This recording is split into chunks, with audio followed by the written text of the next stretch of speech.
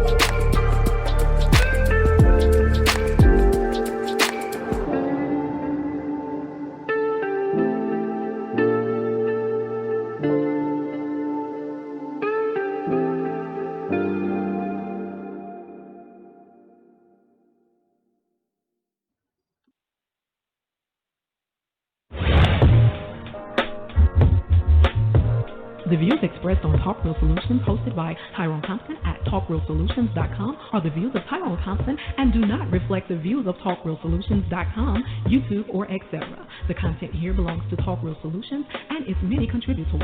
Views and opinions expressed by all contributors belong to them and not TalkRealSolutions.com or Tyrone Thompson, the host, or etc.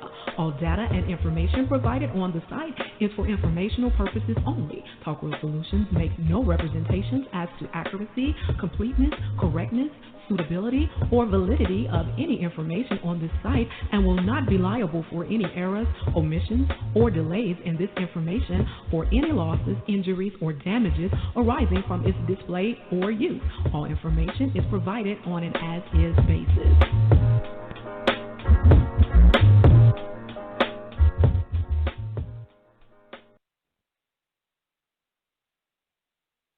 In the world where there's crime, corruption, violence, theft, rape, murder, and all forms of atrocities that plagues the world we live in today, what you're witnessing, we are seeing an influx of chaos.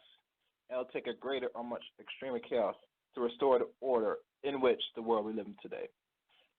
Good evening, black people. This is Chaos here. And I now return for a little fun back right here on Talk Solutions here at You know how we do it. The call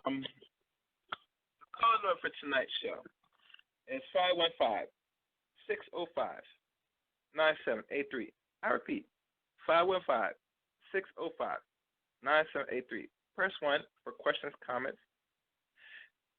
Tonight, I have a beautiful guest that's a YouTuber, Miss Irene, and we're going to have a little sit-down discussion for tonight. Before we start this, I would like everybody to go to talkrealsolutions.com. There you find a 3-point plan for Black empowerment, Black achievement. And under the 3-point plan, there is a list of existing Black-owned banks located here in the United States of America. I think we still have 30. Last time I checked, I had double check.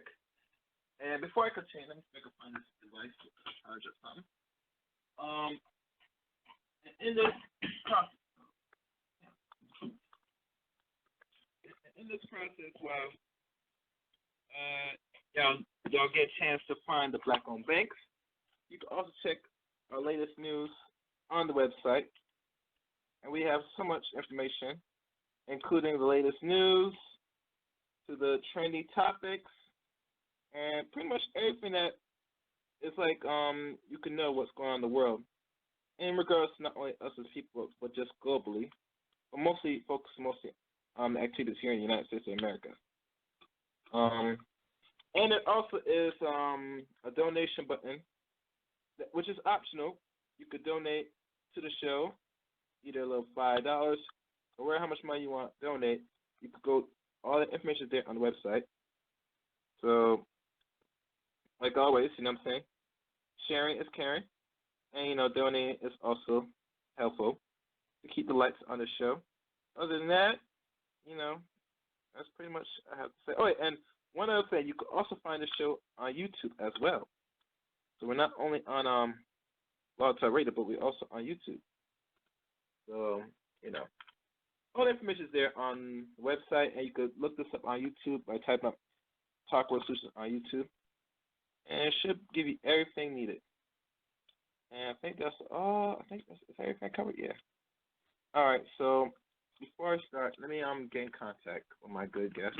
So hold on for a second.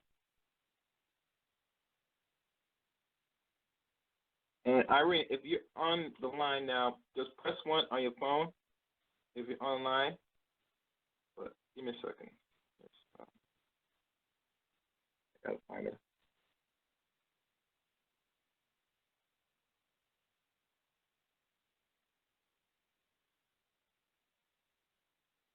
All right, sorry about that, guys. Should be calling now.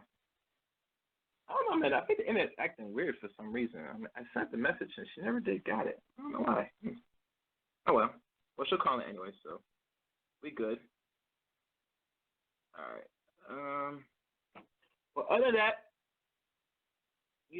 before she calls in, let me say this. Well, I'm finding out what's going on YouTube, and not just many people that talk about the YouTube beef or all what's going on. I know there is a certain pathology when it comes to our people on YouTube that create content or like content or question content. I've noticed that this shit is very real out here. Talk Real Solutions has their own, is YouTube in itself, and this platform doesn't got this much beef, so say, from other content creators. Maybe because this platform might not be popular. Maybe not. I'm not sure. But I've noticed that once anybody that's create content solely for the purpose of disseminating information or just to put their name out there or just to get views, one thing is evident,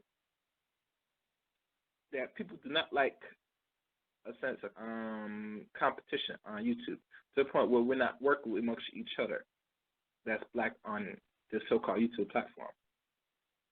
It is somewhat of a problem, but expected because we have what they call the crab barrel mentality. And with a crab barrel mentality, this is what it breeds: jealousy, envy, etc., and want to keep people out the hole or getting out the barrel altogether.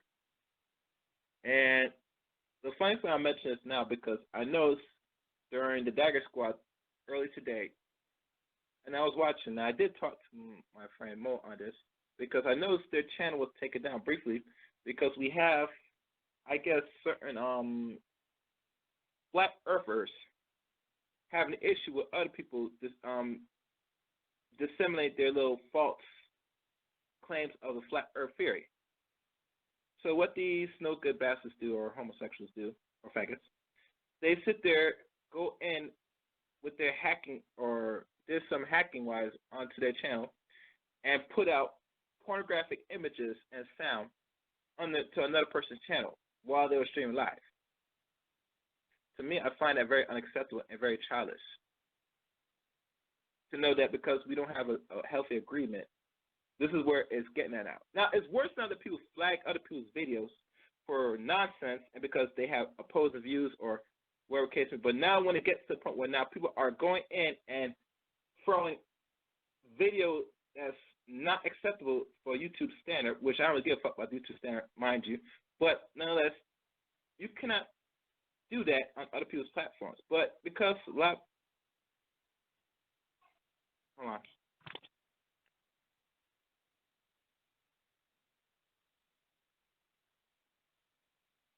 All right, sorry about that. Somebody was calling something. Like I was saying before, now that I see this behavior is going around now with it, now niggas are getting taken to that extent.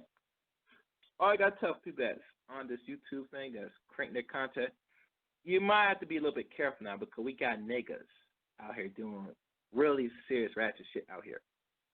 That's really unacceptable. That will get your shit fucked up because it's no longer coming forth where it's dealing with beef, but it's now coming out and forth when now there is really going under just to sabotage people's other platforms and videos. So my advice, if you're gonna make content out here, be very careful now. You gotta be very careful now because it's gotten to this point now. And mind you, the worst thing about it, we don't even create this YouTube thing. This is not even our shit. And our people are fighting over a space that you don't fucking create or control. Sad. Very fucking sad. So that's my only warning to most people that on here creating their content. You're gonna have some people that go out their way and then do some ratchet shit like that. Even go as far as put porn on your shit. Better be careful because we got some sick niggas out here. Hold on. Let me see if she called in. Irene, if you dare, press 1, please. I think this might be her. Let me check. Wait, let me get my mouse ready. Hold on.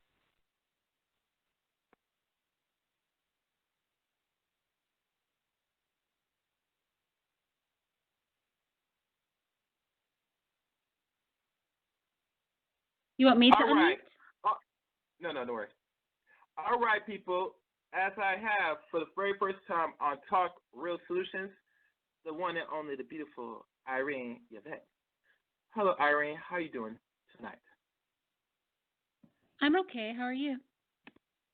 I'm good. Welcome to Talk Real Solutions.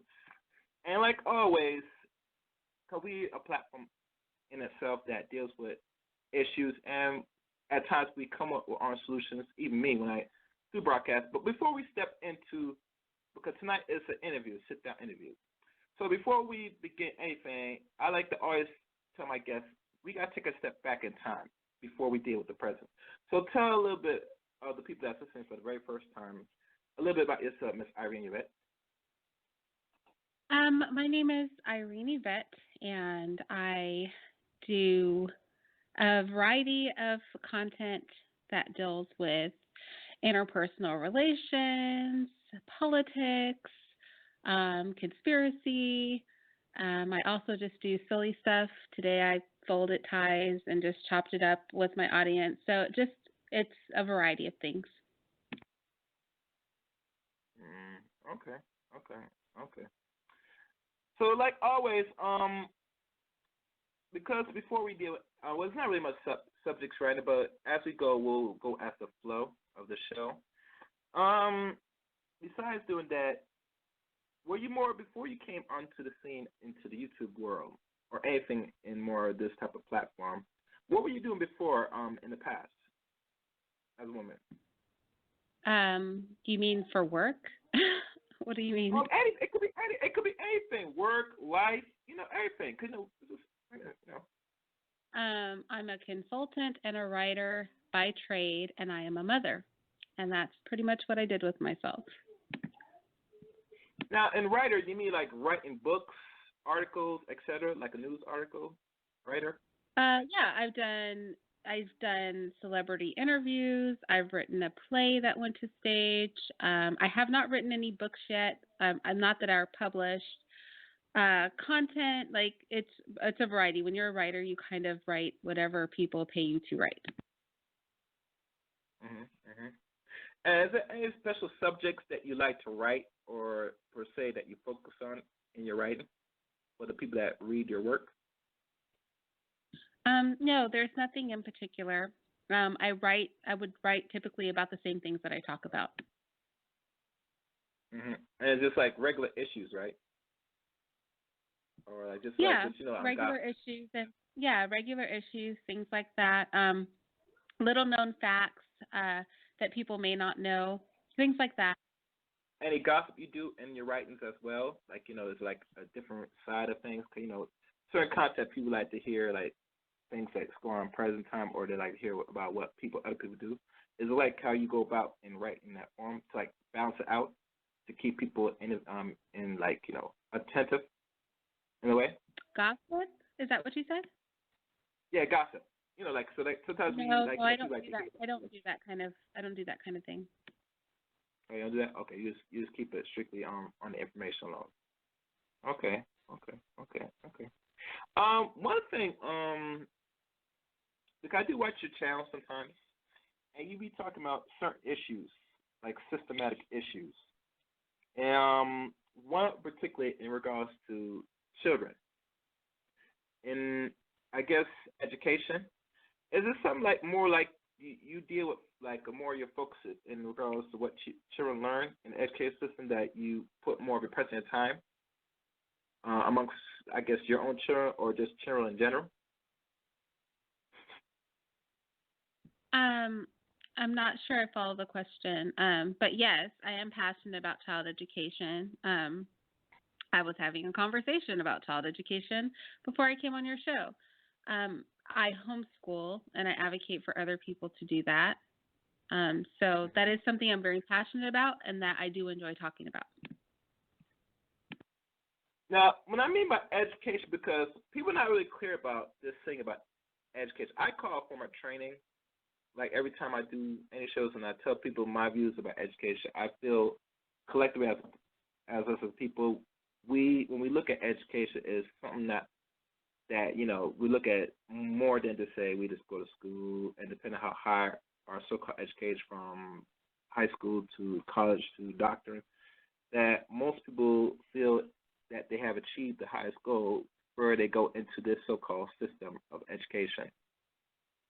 And to my views, I say I look at things differently, because I feel with our people, some of us, the more we get so-called educated, the more we lose touch or grips of not only reality but how the world really works in regards to how to survive and maintain in a system that most like 9/10 times the work we do is not something we built. We work for mostly everybody else. So when I always look back at education, and I think one of our good scholars said it best about education, I think it was Amos Wilson, I think him particularly, how the education doesn't include power to change the dynamics of not only yourself but the people, your people. Everything you do is a form of empowering somebody else. I don't know if you agree with that statement or not, what I just said. I agree with that somewhat. As far as to the other part of what you said, I think that we don't participate in education anymore. We participate in the art of promoting assimilation and regurgitation, and we call that education. Education would include allowing a human being to think critically for themselves, to challenge ideas, to think outside of a conformity or a box.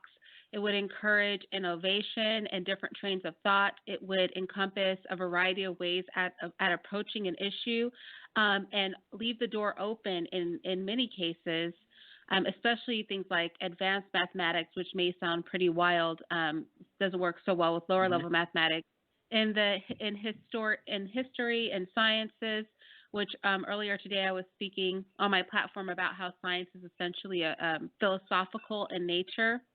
A lot of the time, if we were truly educating, it would allow people to explore ideas and principles and bring many different trains of thought to the table, and also work outside of a carefully orchestrated box. Right now, we teach children within a box, and we don't even allow them, let's say, to work out a math problem in their own way. If a child arrives, let's say, at an answer correctly, but in a way that they were not taught to arrive at that answer, that child can actually be docked. And so when we consider things like that, we aren't interested in education because the correctness of their answer is irrelevant. We're interested in the conforming nature and training their minds to think a certain way. And all education, I just use math as an example, is geared in that direction. So it is actually not education at all. What it is it is a careful conditioning to train a person to think the way you want and to train them to expect discipline, or for it to be wrong for them to choose a different mode of thought, even if the answer that they come to or the conclusion that they come to is healthy and right in nature. And so I think that we could say safely what we see in schools today is indoctrination, not education, and it's the art of conformity is what is taught. And as I said before, regurgitation. And I feel that's very unhealthy, and it also strips people of their individuality, and it stunts our creativity as a human species. It's just completely counterproductive to any progress that we can possibly have as human beings. Okay. And for people that's listening in, the call number for tonight's show is 515-605-9783. I repeat, 605-9783. Press 1 if you have a question or comment. Tonight we have a sit-down with Ms. Irene Yvette. Now, in regards to, one thing, you mentioned mathematics, and this is one thing I find interesting in mathematics. It always questioned me about certain mathematics that is even relevant that people can apply today in the world. I'm not sure you can agree with this or not, but I feel certain things like the basic math, most people should get down already. But there's some other maps that, when I think about it, is even useful in today's world we use. Like, obviously, like geometry. Yeah, you need it for, like, certain things like constructing things, angles and stuff. Calculus, I think that's used for more engineers type work and stuff. But one thing I never really get grasped, and I remember one person mentioned this, and I never thought this about algebra. How algebra plays in regards to how people can utilize it in the world. I know you teach your homeschooling your children, right, Irene? So I'm not sure if you ever think of some of the teaching your cause I think you have how many kids? 5 or 6 kids? Some of them are adults already, but like in total, like some of them several. still little. All right. Oh yes. Yeah. Okay. So out of the few that's still not like out in the world yet. In mathematics, do you have your children try to see how it applies to them in the world, per se, when you homeschool them? Because, like as a mother, because it's a different feel when you're sitting there teaching them than having somebody else, like most likely a European woman, a.k.a. a Caucasoid woman, teach your children. Have some of the teachers, like, let's say, math that you showed to your own children how it works in the world? Yeah, typically when I teach mathematics and if I teach the sciences, I like to do that from what would be geared toward a kinesthetic learner. So it would be activity-based. And so I might teach measurements at the grocery store or when baking. I might teach addition and subtraction with tangibles. Same thing with multiplication. I try to paint visuals, and word problems are always great because that allows them to see how math is functional. When it gets into higher level mathematics, unless it is for the purpose of getting a degree, I don't really bother because, again, once we get into higher level math, the higher the math level goes, the more philosophical in nature it becomes, because we start to deal in numbers and theories that don't actually exist in the real world, and we're projecting. And like you were saying, that's only good for some sorts of sciences. That's not something that is relevant in everyday life at all whatsoever. And remember, a lot of it is predictory and not demonstratable, because some of these figures and some of the things we're doing never ever manifest in the real world, right? It's all hypothetical. So it's funny how math goes from being something very realistic and tangible and then moves off into the world of something that's completely unrelated to, let's say, our base addition, to algebra, to geometry, things that we will use on a regular basis. Now, that said, for some people, they may find themselves embracing higher levels, and I should say mid-levels of math, because most of us, we never really get into higher levels of math, but mid-levels of math. If you are building something, or something like that, if you're into construction or something like that, you may actually find yourself utilizing some mathematics that are mid-level. But those higher levels of math, again, are just predictory in nature and don't have any sort of physical manifestation, at all whatsoever. So, yeah, I would say that higher levels of math are kind of useless. But the lower and the mid-levels of math can be, applicable to a person's life, depending on what it is they're doing with their life. Okay, good. That's good. And that's a good way of saying it, because you put it in that way. It's only when you go to the higher form is when you're trying to attain and use it for more, like I said, engineer type work, where you're trying to build something or create something. Most likely that's where you require more of the higher math.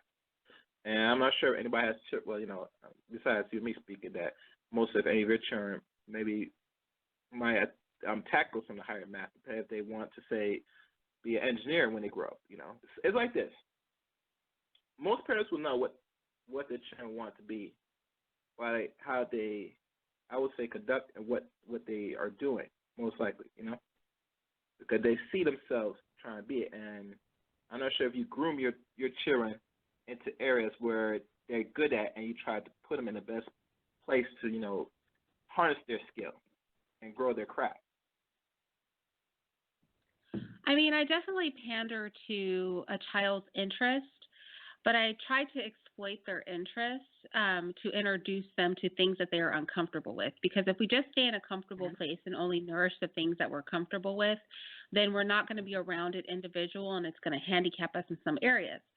So, for example, I have a son who is very into cars, right?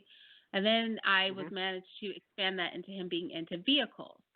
We were able to expand that into him being into robotics and engineering, and then it was astrophysics, and then then he started reading on nuclear fusion on his own. So we were able to expand this obsession with cars. He liked to line them up. He liked to make car sounds, this and that.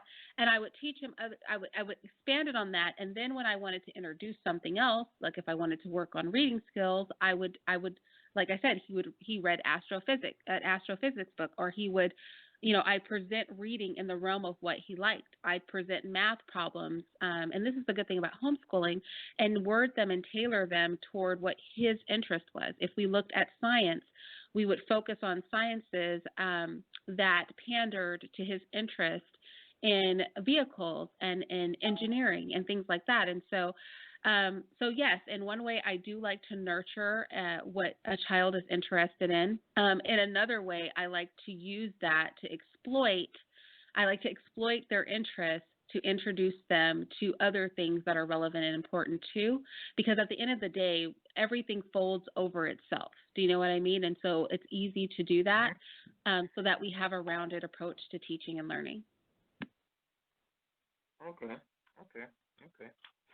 And, that's a very good point to note that not only you know where your children might be interested and try to push them into areas where they might be successful, but also challenge them as well, which is always a good point, because one thing that most of the parents don't do, they don't know what their children normally want to do in life or what they're good at. They're always, and the funny thing, I'm not sure if you're noticed what back in the day, that's why, because you're way older than me, that, when children get to a certain age, like 8 or 9 or 10, or I think it's more like 8 or 7, and they ask, say, what do you want to be when you want to grow up? Some of them say they want to be a lawyer, doctor, these, and nothing wrong with that, but as the kid gets older, it kind of changes, I think they say that just, from, I think, what they see, most likely, because they don't know what a lawyer is. Children don't know what a doctor is. You get what I'm saying, Irene? But as they get older, when they think what they want to really be, some of them go out and be those lawyer doctors, but overall, they're just saying it, but when they get older and they start to look at themselves to really what they really want, or still haven't got it yet, they kind of change their views of what they really want to do as they become adults. You know what I'm saying? Yeah, I mean, I do, but I think that most people have a limited scope of what they can be. So I think the things that we hear from children when they're young are the few little things that they hear about or the things that they hear people talking about. And I think when they get older, they still have a narrow view of what it is they can do with themselves. And that is why there are so many interesting paths a life can take. And I like to get away even from the question of what do you want to be, right? Because life can be lived in so many interesting ways. It's not just about finding a job or occupation or starting a business. It's not about that. You could travel and explore for a living. Like, I feel like we box children in and we don't let them know that this is a big world and there are no rules. You can choose to create a life that's totally unique. My little youngest daughter, Isabella, said she wanted to be an explorer and she also wants a family. And my elder daughter said, well, how will you do that? What are you going to do with the kids? I said, she can do it. You can be an explorer and you can take your family. There's no rule that says you can't. So that thought process, just to open up their minds and to see that this is not about discovering what you want to be, but how do you want your life to look? I think this idea of what do you want to be is why so many of us are tied, and this is okay if that's your passion, right? But we're tied to homes, we're tied to an occupation, we're tied to a daily redundant routine. That's excellent for some people. Some people thrive in that. Other people find it maddening. Those are the people you'll see constantly rearranging their house, or who constantly seem disgruntled, or who constantly need stimuli because their environment is not conducive to their health as a person. So I think I would even just get away from that question, because I find that the answers children give when they're young and the things that we get from them when they grow up are still narrowly focused and don't even begin to include the wide range of different types of lifestyles that people can have. And that's why we kind of have to expose our children to all the different types of way people live, not just jobs, but lifestyles that people live.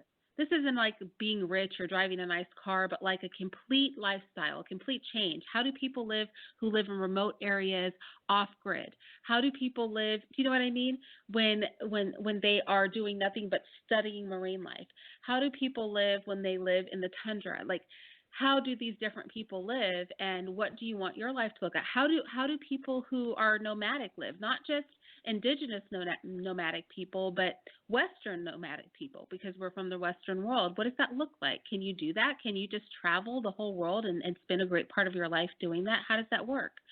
People do it. There's a great website called The Art of Manliness that I invite people to check out, because a lot of those men there, they do that. And these are the people, when they finally do, if they ever do decide to go get a job, it's like, what have you been doing the past 10 years? Well, I've been to Russia. I've been to Africa. I've been to the North Pole. I've been, you know what I mean? And you're like, how did you do this? Because they don't live in a box. They didn't think about what they're going to be. They're thinking about, who do I want to be? What's the lifestyle that I want to have? What are my passions as a person? And what am I willing to sacrifice from conformity so that I can have that? So that's a question I don't even like to ask. I would erase that question. I advise you all just erase that question out of your minds when you're talking to children, because sometimes when we ask a question, we narrow the scope of thought. Do you know what I mean? We're automatically saying, what do you want to be when you grow up? And then we've narrowed their possibilities to only what job they can have. So we have to be careful with our wording when we approach our little ones. That's the best way of looking at it, and a proper way to look at things, because the problem with us as a community and we are some of a community, unfortunately.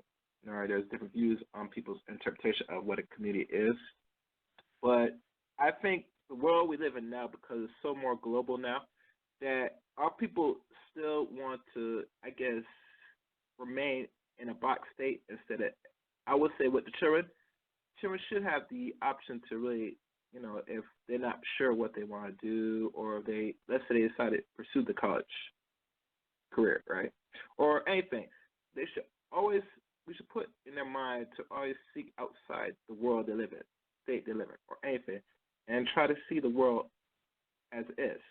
Because I think one thing what the West has done, it has conditioned most of our people to remain in a box and think that there is not only anything better outside of here, but that you cannot achieve anything higher. You know what I'm saying? So unless what they tell you how hard you go.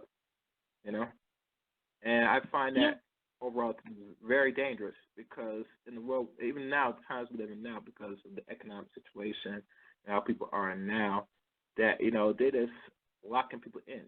Even when you hear stories like said black people might be a permanent underclass in the next 30 to 40 years, I have my different views on that said, well, those that will remain and continue to do what they're doing, then yes, most likely they will potentially be in a permanent underclass. But those who said they want to change it, they might survive and sustain much better than those that think that. Because I don't really accept anything we do, because we have done great things. And I think we're going to continue to do great things if we get our minds right and take action to the things that we're not doing and do what we should be doing today. That's how I see things. What else I'm trying to think? Yeah, but that's my interpretation. Another thing, I'm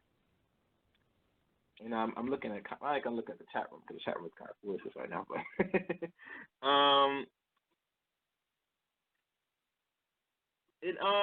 have you traveled mostly the world yet? I have traveled. I have traveled, but I also want to double back on something that you said, because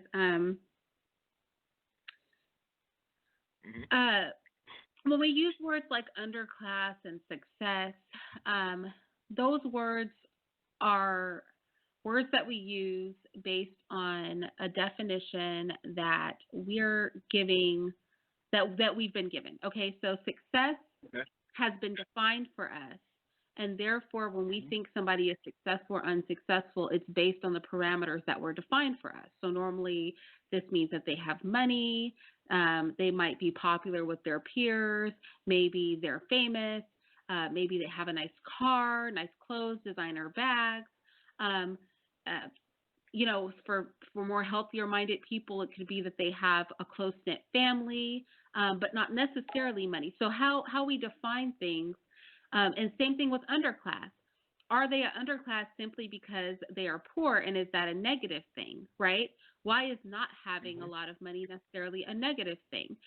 And why can't we see that a person can remain as an underclass, have their needs met, and that be okay? So it's interesting that, like, even in those definitions and the way that we view things, and the words that we use, it's just, again, it goes back to that conformist mindset. We've been given a pattern, and everything that we say, our speech, the way we view life, is all within this box of definitions and terms that have been given to us, and it's hard to see outside of that. As far as traveling, yes, I have traveled, and I look forward to traveling a lot more in my lifetime, because the world is a big place.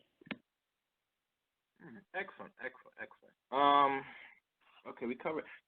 One thing that caught my attention, and I think out of your 7 children, I'm not sure if it's 2 or 3 are the ones that is not, let's say, a part of the system, or say they don't have the certificates, the birth certificates, or any form of, Social Security when they first came to this world. Am I right? That's correct. Okay. Now, one thing for people that never understand, how is that a possibility, especially in times we're in, that you're able to give your own children that freedom without any pushback? Right. Well, here's the thing. I think I love how you worded it. How is that a possibility? Um, this is interesting because it's a possibility because that's how they were born, right? They were born without those things, and then you got those things for them. So the question isn't so much how is that a possibility, because that's how they came into the world, is without this paperwork, right? The question is, why did you go get your kid the paperwork? You know what I mean? Like, nobody, you don't have to. So why did you volunteer to go and get a birth certificate and get a social security card? I mean, they ask you. They ask you. If you read the form, it says this form is voluntary. Filling out this form is voluntary. When you go into the hospital, they go, would you like us to apply for a social security card for your, they ask you, right? The same thing when they come to ask you for the information to fill out the birth certificate, they start asking you questions. So, just because somebody asks you or offers you something doesn't mean you have to take it. So it's possible because you're born with that freedom. It's for each of us to give up that freedom for our child. So that's more the question. It's not how, because we're born free. It's a matter of, why do you agree to take what is offered? What is the benefit there? So again, I'm not necessarily against people who do it, but I do think we have to be informed, understand that we're making a choice.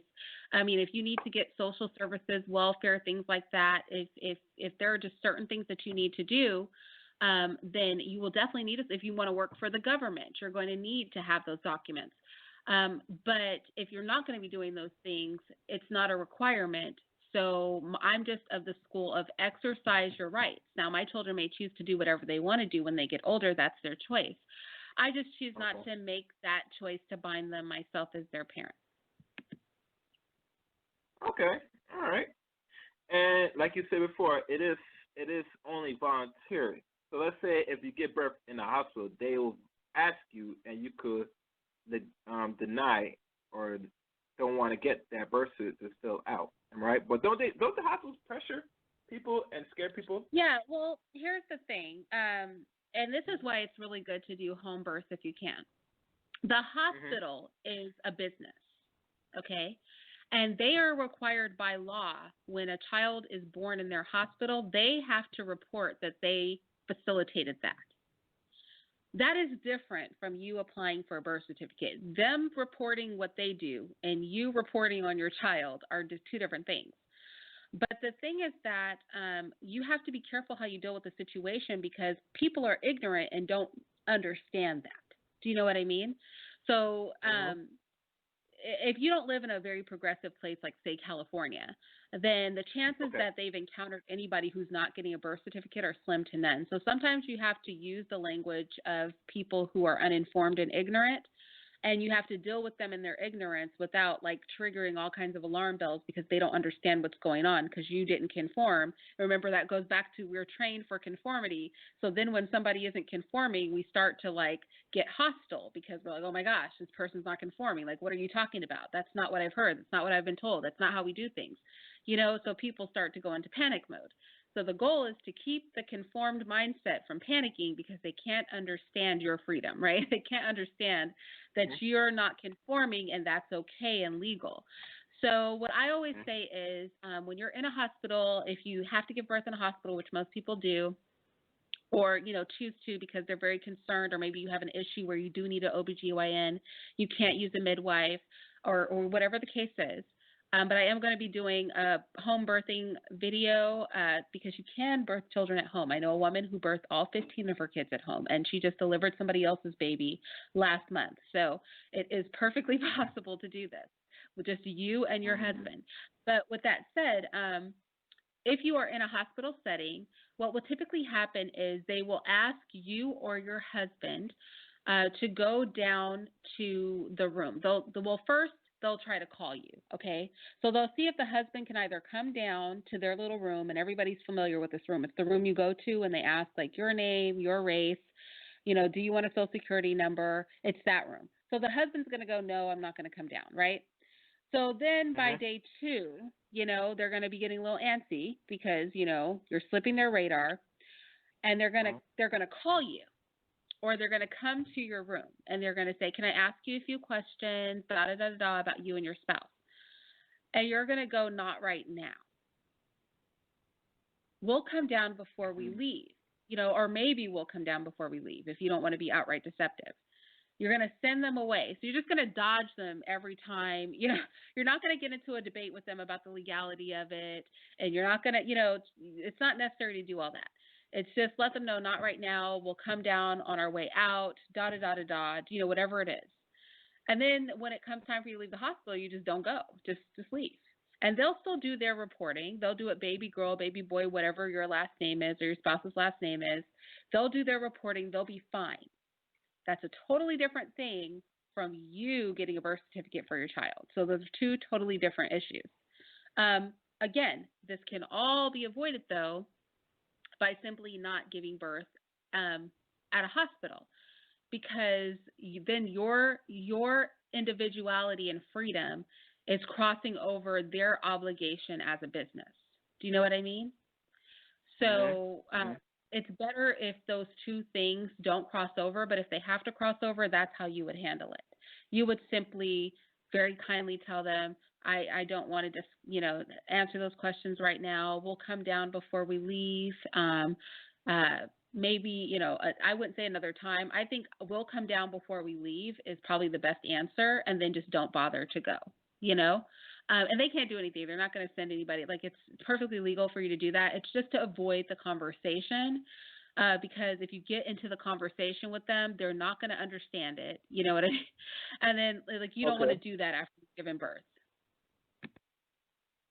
Okay, so you have to be very slick in your actions, especially if you decide to go to the hospital to give birth, and then try to, I would say, avoid them, or try to get away from the hospital without them forcing you to sign any type of documents, because it is your right at the end of the day, and no one can force it. No one's gonna. I think one time there was some stories one time where maybe some people might attempt to do it, and then you see them call police or to try to keep the child in the hospital, and say that's illegal.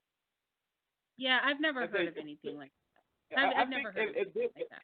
Yeah, if things like that is going on, then what the hospital doing is actually illegal. If they're going to exit, because like I said, it's a business, and they only make money once they get a birth certificate. Because like I said, a birth certificate, it gets on paper for the state, and the state makes money by how much kids there. Because each person is money. If you don't know this, so they know record is how much what's yeah. But I follow you, But funny thing with home births, I think you could show that on YouTube. I don't think that would be a problem, because that's a natural thing. It won't be like a censor thing. Am I right? Because I think when they're showing birth. I'm not going to show an actual home birth. Many women have done that already. Okay. I was going to go through what you need, where you order the supplies that you need, like the sterile equipment, stuff like that. And then for watching home birth, there are many, many people on YouTube that do that. When you're in a hospital, it's just very important that you recognize that you are under no legal obligation to get a birth certificate.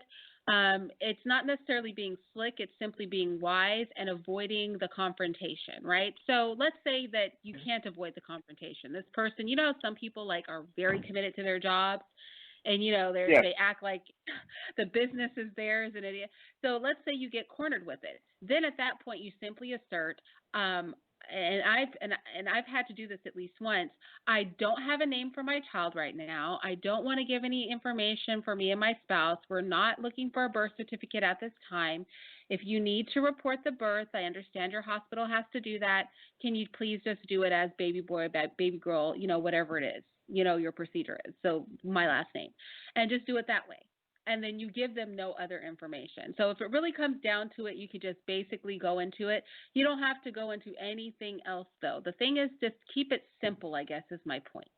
Whenever you encounter a situation, I always say be prepared and keep it simple. So that's the same thing when you're trying to work without a Social Security card and you're using a passport instead.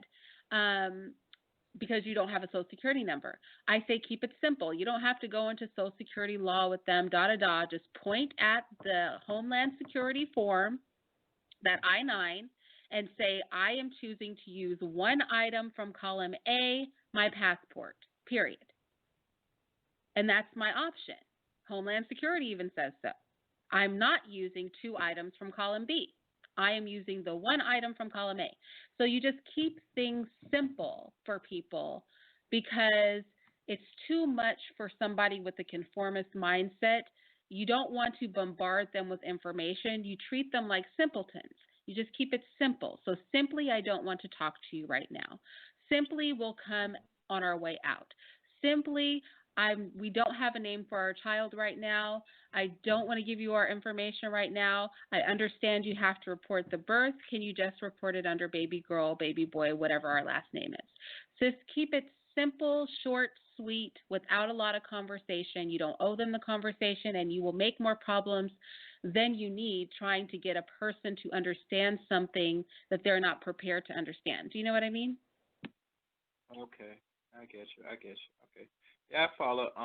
Because like I said, and the purpose I bring this question up because I find it still odd because it goes back to conformity. A lot of people feel it's safer to conform into a system than challenge it, and giving birth, especially in the hospital where you make the choice to sign a birth certificate or give your children certain paperwork so they can operate under the system, and it brings, I would say, a fear to some people because some people say, well, how are my children going to survive in the system? They need this birth certificate, they need this Social Security because they gotta work among the system. They can't go outside the system. You know what I'm saying? It brings a sense of fear, and I don't see much people really do it amongst our people. Maybe I heard some have done it, and some never attempted, but it's very a small percentage that have done it. I'm saying you're the first woman that I've actually witnessed that's not really running off her mouth, but actually have said done it. And I'm not sure how more you could prove it. I mean, unless you want to show some paperwork, but that's irrelevant right now. Well, yeah, I have no paperwork, so I can't show it, right? Yeah. So hey. Yeah, but what I do on my channel is I do provide you with the government information. I provide you with the forms that the government needs from you in order to get a passport for your child when you don't have a Social Security or birth certificate. I direct you to just reading the Social Security application yourself, just things like that. So I'm not one of those people that is like going to say a whole bunch of things that are not backed by actual facts. And so I provide links to the government websites and exactly what you need and step-by-step instructions on how to do this properly. So again, these are lesser known things, of course, but they are still our rights. And so if some of us don't exercise our rights, that's how we lose rights. That's why we're in a position now where, people are like, you don't have to get a Social Security number. Really? Because everybody automatically does it. So we have to stop doing things automatically, and we have to start using critical thinking. Again, no choice is necessarily wrong if it's right for you, but we should do things with an understanding. I think that's super important. And I think it's not just, I think it's more that people who are not affluent don't do this because they often need those things, right? So if you are in dire need of, let's say, social health care, then you will have to get a Social Security number. You won't be able to get around it. Your child's got to have one. So there are things that are harder for people. The thing is this, being free isn't easy, right? So if you're living debt-free, if you're not going to be the one who's going to get the $900,000, $1 million home, $200,000 home on a loan, right? That means you've got to work, you've got to be disciplined, you've got to save. So the same thing with not having a security number. That means that you're going to be responsible for yourself. And so it just means that we got to grow up. We have to be big adults in this world. We can't be children. And that is hard for a lot of people because we don't realize how dependent we are on the system until we don't have access to the system's presence. And so people have to make a choice. Is your freedom or your child's freedom worth what the government is able to offer you? And mind you, you're binding them to a lifetime of paying of taxes.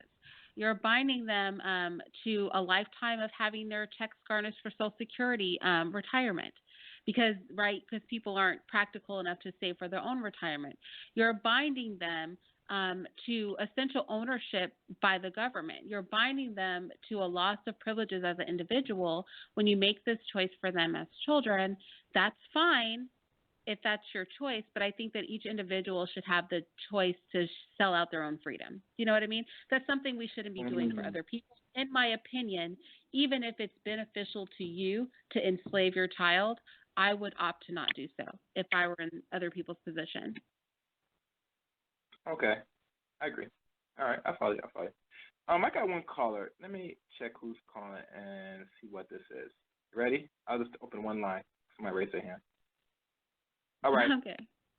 All one. May I ask who I'm speaking to? All one. All one's going once. All one's going twice. I'm going to put you back on mute, sir, or her.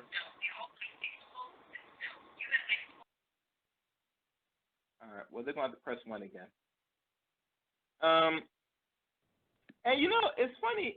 So if that means if we could save our children, so what's the tricky thing about the average person that's trying to get away from the system? That already was born with the birth certificate and the Social Security.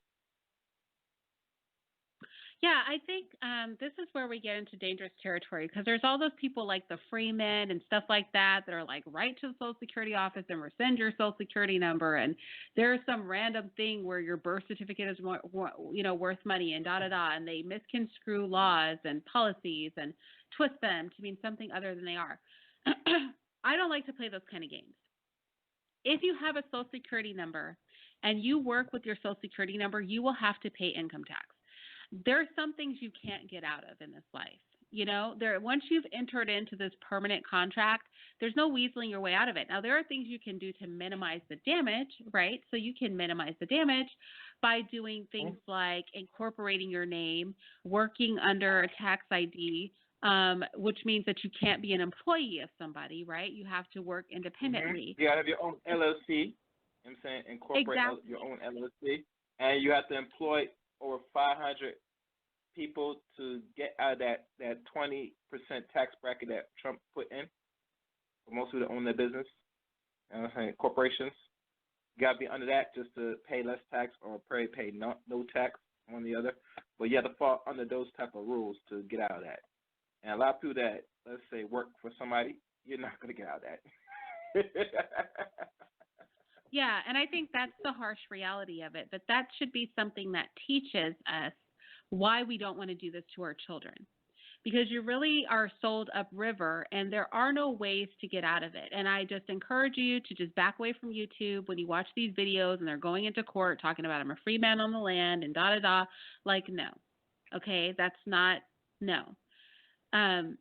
We have to free the next generation, and you'll just have to accept that your parents didn't realize that they were selling you out, and they did.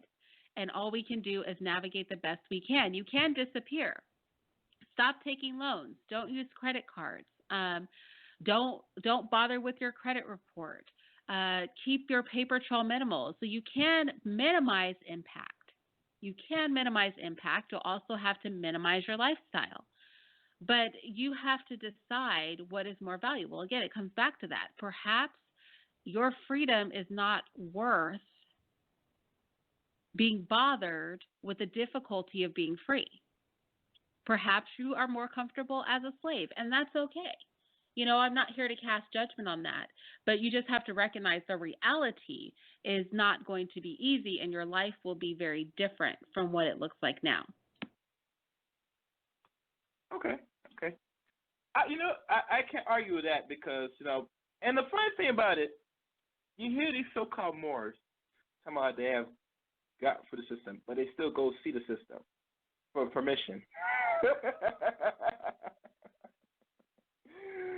I don't know. There's something else, man. And I know you might have got conflict with some of these Moors on your channel, have you? No, I don't know who they are. Who are they? What do you mean Moors? Moors? Oh, good.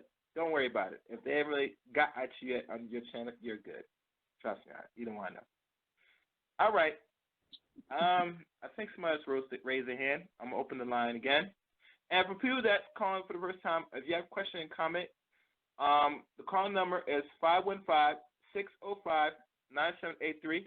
I repeat, 515-605-9783. Press 1 if you have questions or comments. So the next line open up, 651. May I ask who I'm speaking to?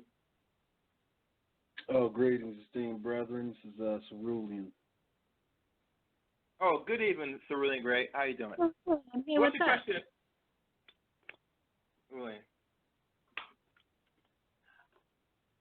Oh, no, I was listening to the show, and with black people, and I know this may sound a bit harsh, but we got to get out of a lot of this magical thinking.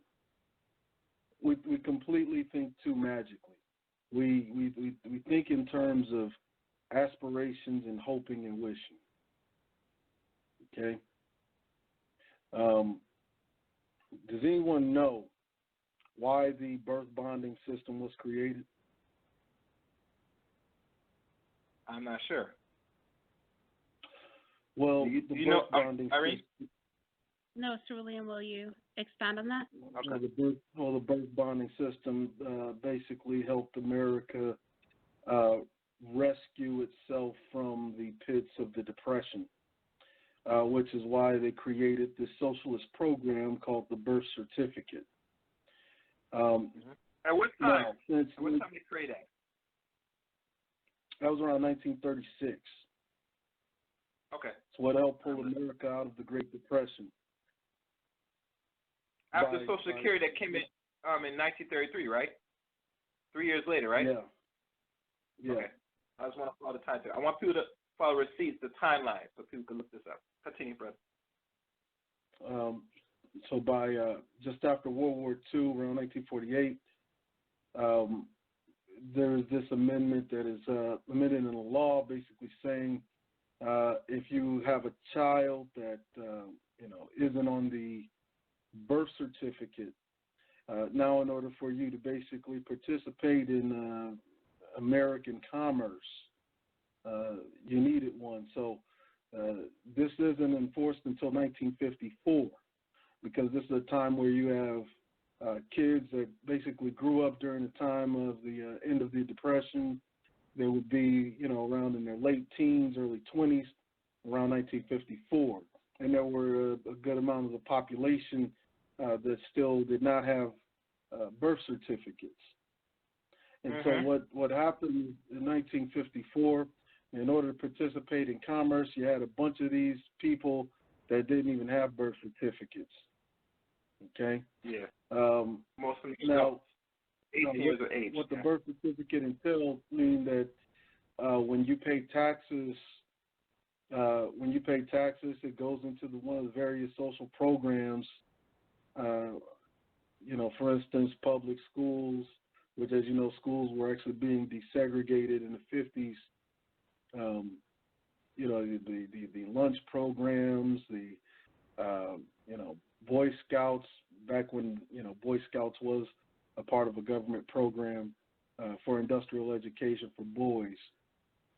And by the 60s, now it's mandatory. If you wanted to get a job in America, you actually are required to have a birth certificate. You are required to have a Social Security card.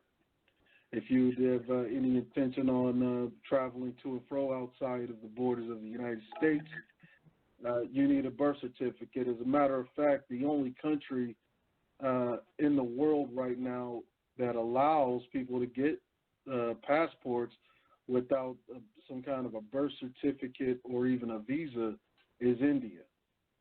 In India, actually, you don't need Oh, sorry. Go ahead. Finish.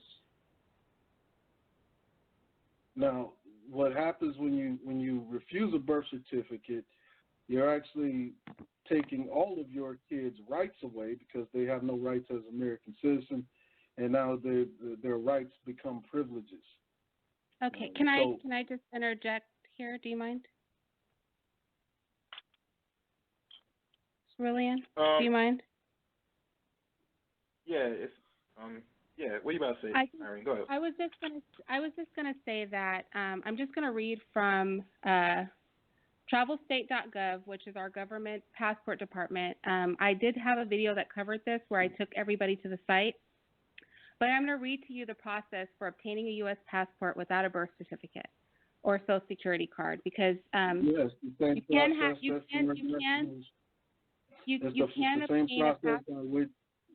I'm sorry? The it's the same process by which foreign nationals and immigrants use to get the passports here in America whenever they desire to travel to and fro, because it becomes a privilege at this point. It is not a right. Well, okay. I can't speak to that, but what I will say is that for in the cases of like people like my children who don't have birth certificates or Social Security cards, if you go to the passport department and you would like a passport for your child, a passport can be used in place of a Social Security card to work. And it's actually illegal to request a Social Security number from someone who offers a passport. So that's the law of the land. If you want to get a birth certificate if you want to get a passport from the government, all you need to do is you'll have to go into your local registrar's office. You'll have to get a letter of no record, meaning there's no record of your child's birth from there, which you won't have if you didn't obtain a birth certificate. And then you go and in front of a passport official or a notary, you and another person present for your child's birth sign off saying that you were present for the child's birth. So this could be the other parent even. And you also have to submit early public or private documents. So my kids don't have birth certificates, so this could be like the crib sheet from the hospital. They even accept baptismal certificates. They accept early school records, even a family Bible record the government will accept. They also accept early records of postnatal care, so those first few appointments that your child has after they are born. And if you go to my YouTube page and you look where I talk about how you function in society without a birth certificate or Social Security card, I actually take you to all the government websites. I give you links to everything that our government requires, and I go over it really in depth. So it is legal to not have a birth certificate in our country. You can obtain a passport. Okay, let me pause you right there. And this is why I say most black people have this magical thinking and do not understand the difference between a right and a privilege. Whenever you take your kids off of the birth bonding system, all of their rights at that point become privileges. To be secure in your persons and property and all that becomes a privilege. That becomes a privilege that the government can take away at any point. And understand that privileges and rights are two different things. Can they not? They can do that they do that all the time to people with birth certificates, though. That's most of the population. They do that all the time. It's called stop and frisk. The problem is that most black people don't know that they're having their rights violated every time they stop and frisk. But however, there will be no kind of repercussion for a stop and frisk and having their rights violated without a birth certificate. At least with a birth certificate, that option is available. That's the difference between a right and a privilege. Rights, if they're violated, you can sue the person or the intergovernmental body that is responsible for violating those rights. Take away a privilege, those are things that cannot be sued for. And so what has really happened is, one, black people are not at a strategic or a logistical point to where it is viable to take kids off of the birth bonding system. And the primary reason that is because, one, you're already paid into the tax system. That's due to no fault of your own. And so now when you take your kids off at this point, you don't have a strong enough, one, community. You don't have a collectivized monetary institution where all of your money is centralized into political and legal executing bodies. So what you're doing is you're really putting your kids more at risk because now you're paying taxes for a program they very well may not even be able to use. Now, that is true. I do agree with that. And I do agree with that. When your kids don't have birth certificates and Social Security cards, every single program that the Office of Human Capital offers pretty much comes off of the table because you're not human capital for the country.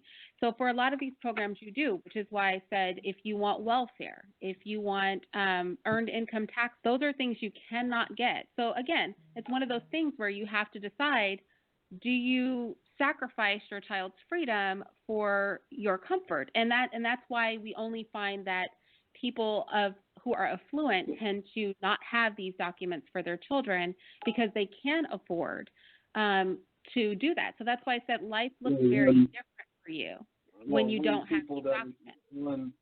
One way you're mistaken is that people that are more affluent, say they have things like money, they have things like land, they have things like resources, and because the number one robber of generational wealth is taxes, it actually becomes a benefit for them not to get those kind of documents for their children. The difference between that and most of Black America is that more than 2/3 of Black America is literally under the poverty line. The only difference between us and other countries is that we have a vast system of credit that is being propped up by the government that hides the reality of poverty. We have the encroachment of China that offers the creature comforts of home at a discounted price. I mean, virtually crackhead prices, which is why crime has gone down. The checks haven't gone up, and people are working harder than they've ever worked to get less further than they were 2 generations ago. And so people are working twice as hard and getting half as far. So you can save all you want. If you make under, as a matter of fact, by the Department of Health and Human Resources, there's a good chance that a child would be brought into debt if they have a parent that doesn't make at least $287,000 per year. There's a good chance they'll be basically in a generation broke. Yeah, I mean, interesting. This is what I would say. Yeah, I was just going to say that it is definitely harder, there's no doubt, for a person who doesn't have the resources, like Cerulean said, to do this, which is why we don't see it commonly done in our community. However, what I would say is sometimes, and again, this has to be a personal choice because, as I said earlier, there are some people where they may need these programs, and so it's simply not an option for them to not go along with this. But if you are willing to live an uncomfortable life for the next generation, then I would strongly advise to do that, because the thing that I would say is that if we don't use our rights, we will lose our rights. Most Black folk, more than 2/3 of Black folk, are already living an uncomfortable life. And so without a birth certificate, they'd actually be doing a hell of a lot less. They'd be doing worse than what they are now. Why? Because, one, the government, and to work for the government does require you to have citizenship. Yes, working for the government does. That's true. That's true. 20% of all Black Americans, the biggest employer for Black Americans is the government. Our fight with when you're talking about so-called white supremacy is twofold. One is economic, and the other is political. And so you'd actually be shooting Black folk that are taking their kids off of the birth certificate. Would actually be doing the next generation a great disservice at this point, because you don't have the political resources. You aren't currently organizing the economic resources, so that would basically be shooting Black people as a whole, or the Black community in general, in the foot while they're trying to gain these things. Yeah, so I guess where I disagree in that is that There are certain things I think we can do. I think people spend money often, even those who are poor spend money on things that they could live more economically and have a fuller life. So a lot of things are lost. Knowing how to buy raw materials for food and cook from scratch, the ability to have a small garden or working as a community for community gardens, the ability to sew simple clothing, things like that. Living a more pragmatic lifestyle where life skills are truly used, skewing, using money for things like cable, for extra incentives and things like that. Not having vices like smoking or drinking. Those sorts of things take money out of the home. When you buy processed foods, that is more expensive and less healthy for your family. So a complete change in lifestyle has to be had when you aren't taking a handout from anybody and you're completely dependent on your own. And that's why earlier in this conversation, I was saying it is the difference between behaving like an adult and behaving like a dependent child.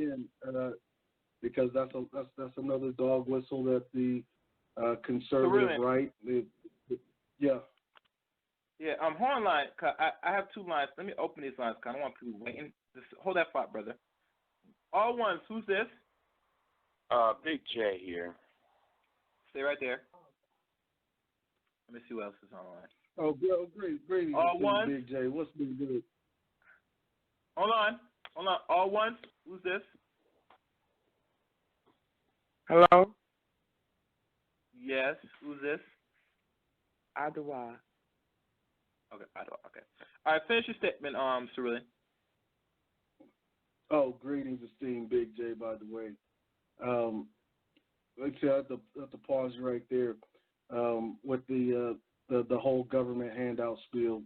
You go back and read the Two-Party South by Alexander P. Lamas.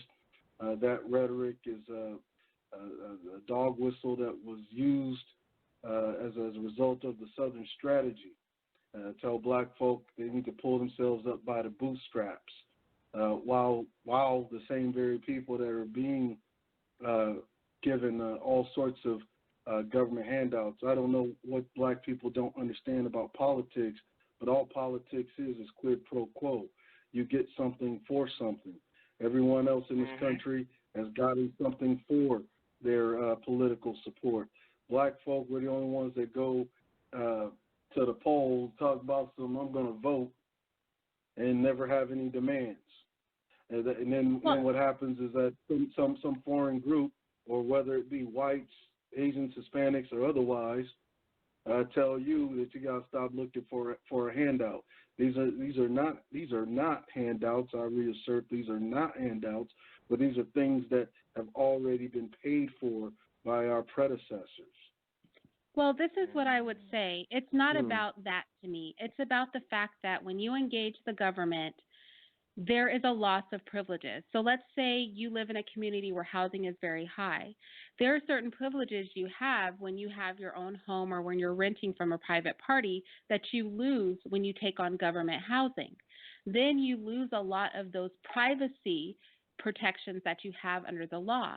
So my argument for separating from taking things from the government is that when you take, just let me finish, please, is that when you take a government benefit, let her finish. When you take a government benefit, you lose a personal freedom. So that's my personal feeling about dealing with the government, is that there's always a loss of personal freedom. When you take welfare benefits, for example, then you lose a lot of freedom of your privacy. In those cases, they can come by your home warrantless, look through your home. In those cases, they're able to invade your privacy as far as getting into your work history, monitoring your spending. It makes you more susceptible to dealing with CPS. So there's a loss of freedoms that come from dealing with the government. And that's my personal reason for encouraging people to not take benefits from the government, because they give you nothing for free. There is a loss to you there. Now, the loss is worth it for some people. It is. But each person has to make that choice for themselves. Could I say something, please? Yes, Ms. Ottawa, you can say something. Go ahead. Good evening.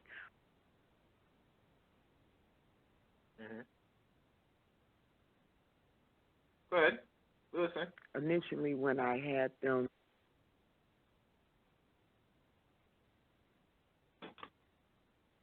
Let me make sure my phone. from the midwife footprint on it, and I went, and when my children got old enough to go to school, I took that birth certificate from my midwife to school with me.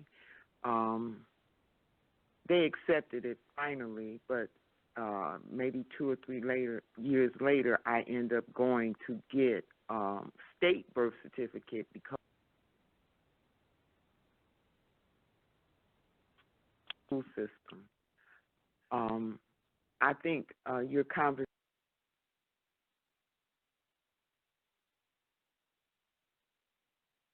Hello. Yeah, you were can you hear cutting me? out a little. Yeah, What's her I'm not name? sure if you're pausing. You might have to repeat what you said, because you were sound good, and then there was a pause. Then you go again. I I'm not asked, sure. what was her name? The young lady that's speaking, what is her name? My name is Irene, ma'am.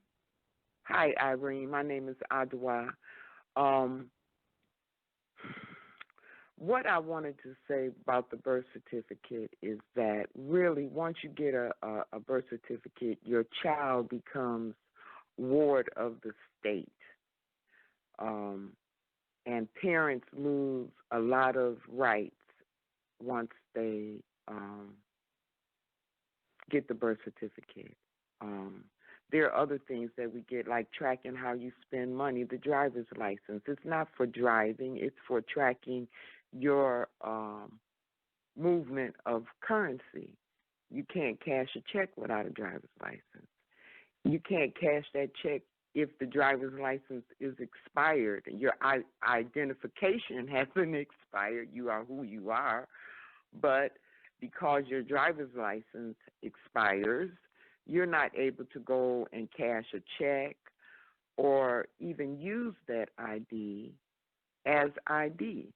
So I'm interested in what you're saying because I can see the loopholes myself. Now, I do know that the birth certificates are on the stock market, and what you say about freeing the generations, the future generations, I think this is a serious thing we need to look at because the debt that is generated with these fiat dollars that we spend, that's on the backs of us, that national debt. So that's my contribution. Yeah, that's a good contribution. I'm glad you brought up how it works at the elementary level. I have experience with my eldest child of him attending a community college without a Social Security card. So I took him out of the high school system and I put him in a community college so that he could graduate early and take some classes that they didn't have. Now, this is an Office of Human Capital program through the Department of Education, the concurrent enrollment program. And what they did, because he didn't have a Social Security number, is they zeroed it out, which is what they do for foreign students. However, he did have a passport, so he is technically still considered a U.S. citizen, and then that's how you gain your benefits. I would say get your child's passport early. You don't need to be traveling to do that. And if you simply go to the government's website, it tells you clearly how you can get that child's passport without supplying a birth certificate or Social Security card, and that indicates citizenship. So that might speak to Cerulean's concern about the inability to have the benefits of citizenship. Mm-hmm. That's how you can circumvent that system. That's personally what I do in my own life. Okay. Well, that's interesting, and really the reason that we don't make good decisions is because we either don't have the information or we have been given deceitful information. And so I'm glad to hear you talking about this because what you're saying I didn't know, that you could use a birth passport as a birth certificate. And I just want to, I'm looking at education.gov, which is our government's website for those of you who are interested in lower level elementary enrollment for students without a birth certificate. And it clearly states at A5 that that there is no suggestion that states or districts must or should require a birth certificate. Furthermore, state laws setting forth enrollment requirements typically either make no mention of birth certificates or expressly permit parents to provide alternative documents to demonstrate that a child meets a school's district age requirements to enroll. So again, and that's from the Department of Education. So for people, you just have to be prepared when you go in, because a lot of times people are not informed because so many of us aren't making these choices. But if you have done your research as a parent, you know what needs, you know what the policy is, then you're able to go in prepared, and that makes these processes a lot easier. Having had to do this, many years over, I've been a mom for 25 years. Having done that many times over, I can tell you it gets easier with time, but the first time's always hard if you're the first person they've encountered to ever do it. But that doesn't mean that it's not legal. You just have to be prepared so you make the process as easy for them as possible, that you can be informative and, like I said, brief and to the point, not a lot of conversation is how we have to approach these situations. But like I said, I'm reading directly from the Department of Education's website. So if you cannot homeschool like I do, but you need to send your child to a school that's funded by the Office of Human Capital, you are allowed to do that according to our government and those funds that they provide to the public school system. So again, states are making no mention of it and expressly permit parents to provide alternative documents to demonstrate that a child meets a school district's age requirements to enroll. Depending on the state district, alternative documents could include, but are not limited to, a religious, hospital, which is what the lady was saying she used for her child, hospital record, or physician certificate showing a date of birth. And you can go get your hospital records directly from your hospital if you lost your crib sheet. And entry in a family Bible. I tell you guys, keep your Bibles, because even those entries in your family's Bible as birth are legal to our government. An affidavit from a parent. This is the same thing that is required from a passport. It's to sign something saying you were there for your child's birth. The woman who gave birth can sign that. The father, or if you have a family member come into the room, they can sign that birth affidavit. It's perfectly legal. We're hearing it again. We heard it first on the government's website for passports requirement, and now we're hearing it again at the Department of Education site. School districts should make parents aware, they have to do this for you, of any alternatives that exist as part of their efforts to ensure a welcoming and inclusive environment for all students. This is the law. They have to accommodate you. Well, Irene, I beg your pardon, but what law and what section of the law does it say that? Good question. Oh, boy. No, that's a good question, because I think every state has different laws. Am I right, Big J? J? Right. And that's why though I'm asking, because for certain states, what Big J is alluding to is that the language that is being used in the .gov websites, it always comes down to discretion by the states. Otherwise, states' rights. They don't have to do any of that. They don't have to accommodate anything. If you're not on paperwork as a citizen, they don't have to accommodate you at all. And that comes down to states' rights. This is what Big J is alluding to. So they actually do, because the schools are federally funded. So how Office of Human Capital programs work is this. Specifically looking at the Department of Education. So I advise you all to go to I advise you all to look at and learn the structure of how the Office of Human Capital works to fund public schools. Let me back you up right there. Okay. Can I finish? Okay, The Office of Human Capital is over many parts of government. One of them is the Department of Education. The Department of Education at the federal level regulates all publicly funded schools in this country. And so I am reading from the authority over the public schools of the state.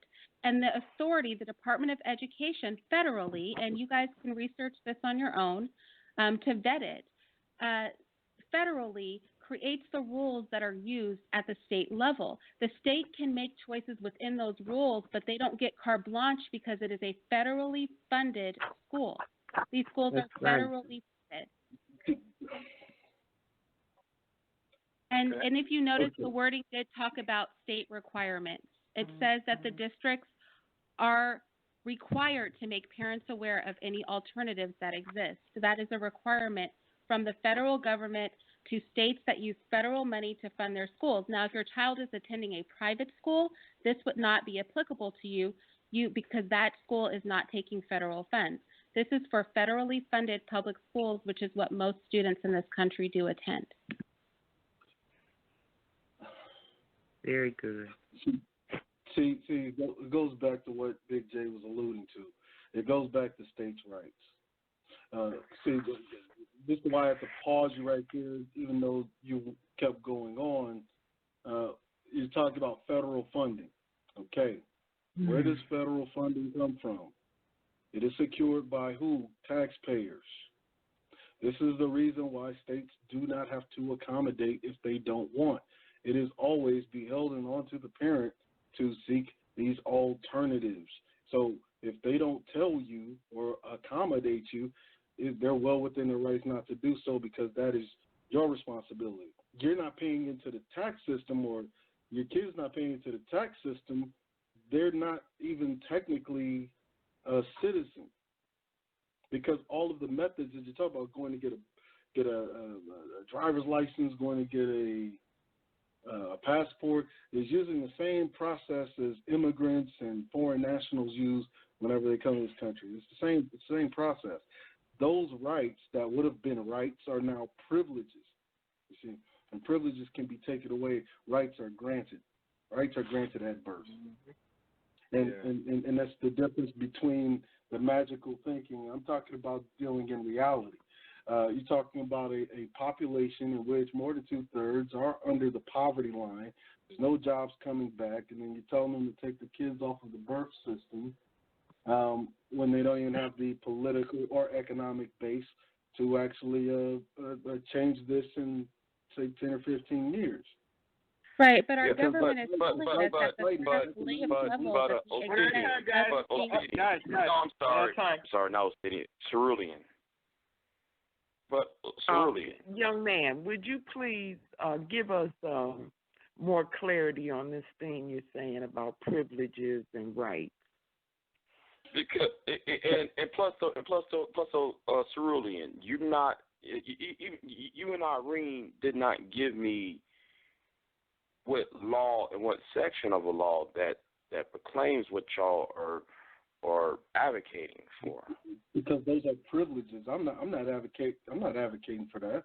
Those are I privileges. didn't say you advocated. Rights, okay, go ahead. Rights would be a part of laws. Privileges would be a part of statutes. There are no accommodations literally for statutes. Those are privileges. Driver's license, that's a statute. That's a privilege. Okay? Yeah, what I would provide, and I would be in agreement with Cerulean on that. One is for enforcement and penalty, and another is not. So what I would provide, if I had a place to drop a link, would be that I would provide the government resource for it. I mean, if our government is saying it's this case, then, they're the one that's going to deny you or approve of whether or not they accept your citizenship to their country, right? So if our government says that a hospital crib sheet is good enough to prove your citizenship, or that a signed affidavit from 2 people present for the birth of a child is enough to prove citizenship to them, then they are the final authority on it, right? If our government is telling us that we only give passports to citizens, but if you have a Bible where you've written down that your child has been born, we accept that as proof of birth in the United States and citizenship, then that is proof, just period. You don't need a birth certificate. It's not even debatable, and everybody right now can go to travelstate.gov and see that for yourself. I mean, everybody has the power to go to our government's websites on their own and read for yourself. It's right there. Everybody has the power to go to the Department of Education's website and see what the birth certificate requirements are in your state and at the federal level. And you will find it is consistent with what I'm presenting here. You don't even have to take my word for it.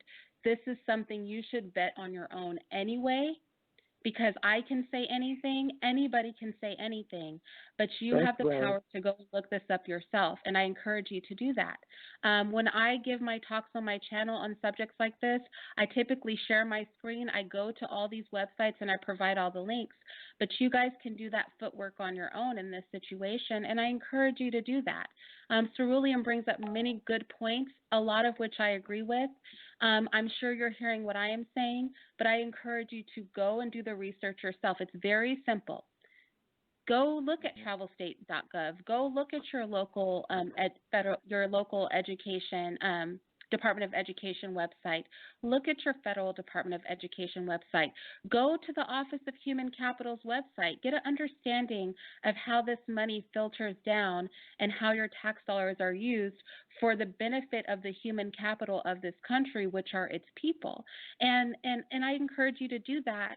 And then when you come to these conversations, you can come to the conversations with an understanding for yourself and not just taking somebody's word for it, because we may seem like we know what we're talking about. I encourage you to vet everything that's said for yourself, and you can do that. That's what I had to do as a mother and as a citizen of this country, and that's what you have to do too.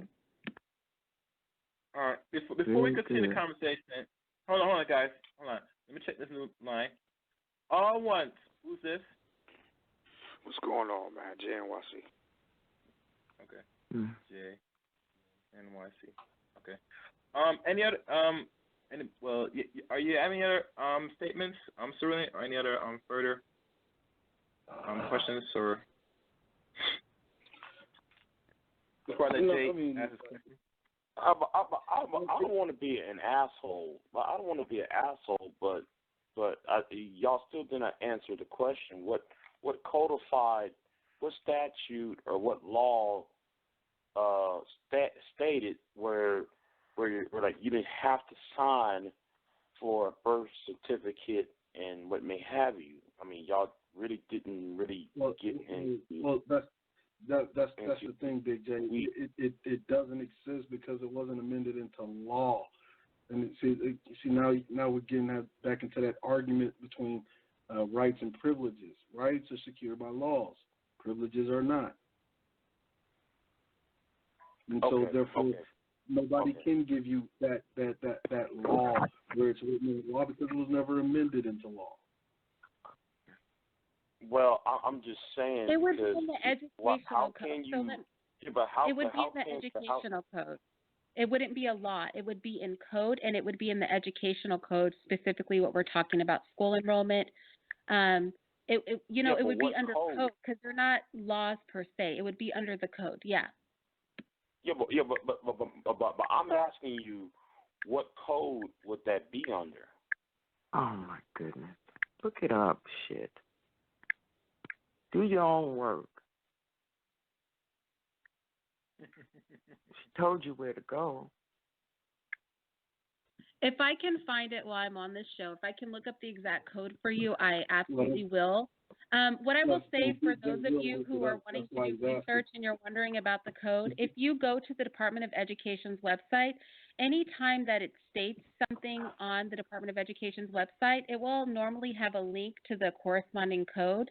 And so that's another way that you can do it if you're not as proficient, because educational code is very lengthy. It's extremely lengthy. So I've done it. Like, I've definitely gone through educational code and just even the health codes and things like that themselves. but it is a bit tedious. But if I can literally find you the code while I'm on this program, I will. I actually am just looking through the educational code right now, if that will help you. But again, if you are going to the Department of Education website for your state or federal level, then it's on the website too. So you don't have to go to the code, although you can, and they will cite the code there, but it is still it's still federal information. And I'm with Cerulean on a law and what's codified, like, education, healthcare, social services, those aren't really the same thing at all.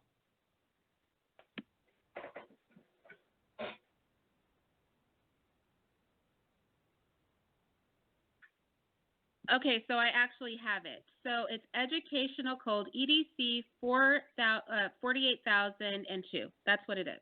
So there you go. Okay. I'm looking at California's, though. It'll be different for your state. So, for example, if you're in the state of California, because I can't do this for all 50 states in people. Texas. Right.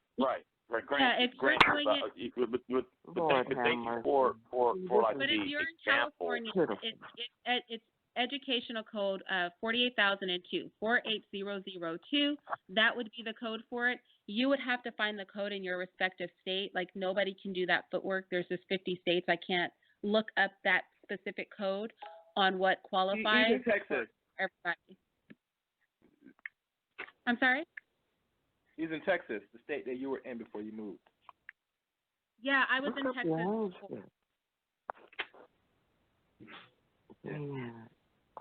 All right. Jay, you have any questions? Jay NYC? What's up, brother? Well, I'm just stumbling upon the conversation in the middle, so I'm just want to listen and absorb and learn, bro. I got no questions. All I heard was about taxes or birth certificates and not presenting, so I'm just learning. I'm sitting back. Okay. So the question was asked about Texas. It's defined in Section 61.501 of the Educational Code for statistical or medical in Texas.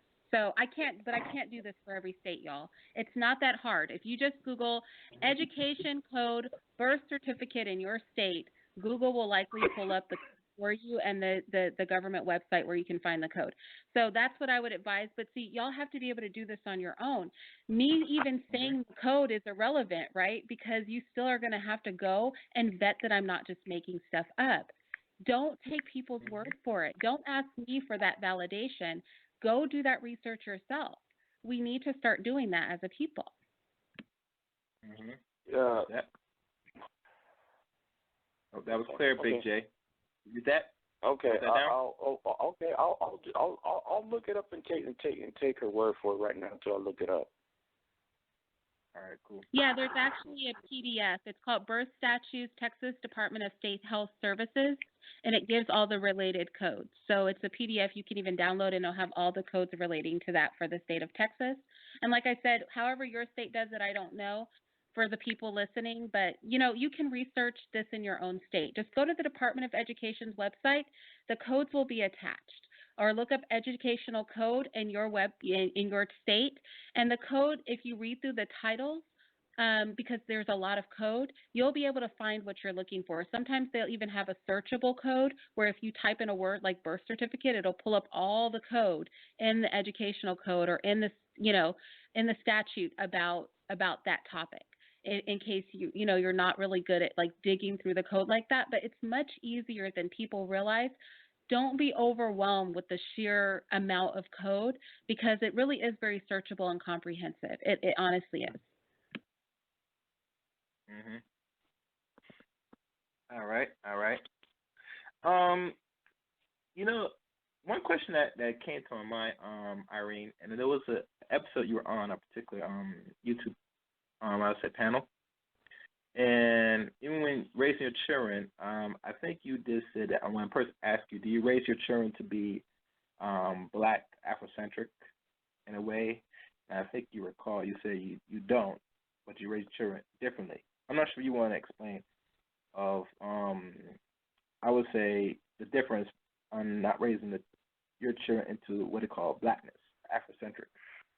So, like. Well, I mean, here's the thing. We live in a Western society, right? So when we are taught things, the star of our history books, the star of the show is going to be European because this is a European colonized country. But let's just take history, for example. The European story for various parts of history throughout the world is going to be different than, let's say, the story of the indigenous people there, or the African story, or the Fijian story, or anybody else's perspective. And so instead of teaching the European story first, I would teach, you know, the Black perspective first, depending on, let's say we're using history as an example, depending on what part of history I'm teaching. So it could be blatantly an African perspective. If I'm teaching slavery, I'll teach it because I'm Geechee. I'll teach it from the Gullah Geechee perspective, because our perspective of the abolishment of slavery sounds different than the official American perspective that's given. So that's all that I mean, is that, you know, our children go into these schools. There's a man that said, if you send your children to be educated by Caesar, don't be surprised if they come back Caesar's children. So I just like to teach from a non-European, Afrocentric, meaning just an centered, even if I can use that, an Afro-centered perspective. And then before I teach the European perspective, I'll even teach other perspectives. And then I will also teach the European perspective, because I think when we have different versions of the story, we come closer to the truth than when somebody's trying to play the star of their own story, which is typically how our children are taught now. So I think the question. All right, I like it. Hold on. So the question I asked that you don't teach them like Blackness. You only teach them the history from like the what they call some of our history that's known that is not taught in regular school system. You teach them about you know, the Gullah Geechees, the other things about slavery, and be further before slavery. That's what I'm right. Am I right? Yeah, I go back further before slavery, yes. Because our story isn't just slavery, that is a part of our story. Now, it's funny. Yeah, go ahead. Sorry. Go ahead. I'm going to let you finish. Go ahead. Sorry. No, I mean, so yeah, like I'll teach, for example, I actually like to start with world history and work in. So that's how I actually do. When I was using history as like an example, I start world history and then I work my way inward. And that's just because I feel we have to be careful when we teach slavery, because slavery currently is taught where it's not taught from a place of strength, right? And so I find that when they make slave movies and they teach slavery in school, it kind of gives an elitist sort of picture of whites. And I don't really like that. So I like to teach outward in, because that gives me an opportunity to show the greatness of Black history throughout the world. And then we come to slavery, this great atrocity against these people who were so advanced, how we got there. And then when I teach slavery, I don't teach it from the slave owner's perspective, right? I teach it from, like I said, I start with the Gullah Geechee Nation and then other groups, those perspectives. And then we can look at slavery through that lens versus through the lens of the owner, which is how it's currently taught. We're taught from the lens of the slave owner. And I don't feel that's the healthiest way to teach it per se. But yeah, I start outward and I come in. So I start globally and then I hone in. To let everybody know, we're about to go overtime in 5 minutes. Calling now to listen to the remainder of the show on Blog Talk. Calling now. The number is 515-605-9783. I repeat, 515-605-9783. You have 5 minutes to call in if you want to participate in the show, or if you don't call in before 5 minutes, it will be going overtime and you're going to have to listen to the remainder of the show on YouTube. And press 1 if you have a question or comment. Now, I hope you're aware, Irene, the Gullah Geechee, there are people that don't really take fond of people that goes outside of Gullah Geechee in regards to mating to bring back into their land. You aware of that? Well, yeah, because I'm Gullah, so Okay. I am aware of that. Okay. And they're also not fond of people leaving the islands. So, yeah. Yeah.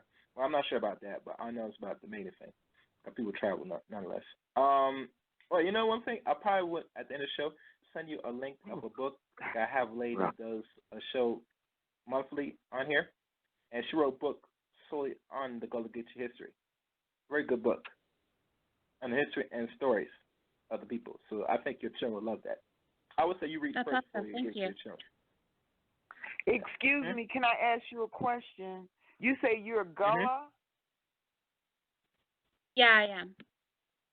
You're Gullah? I thought you were, well, I'm just going based on what I'm hearing, but I thought you were European. Nope. Are you a European? No, I'm not, and I'm not mixed. I'm just Gullah Geechee. So you're a black person? Is that Yes, what you're ma'am. saying to me? All right. Yes, ma'am. All right. Okay. It's all good. I just didn't hear that in your voice. Yes, I am, though. Okay. Yeah, well, I ain't going to say much about that, but moving on.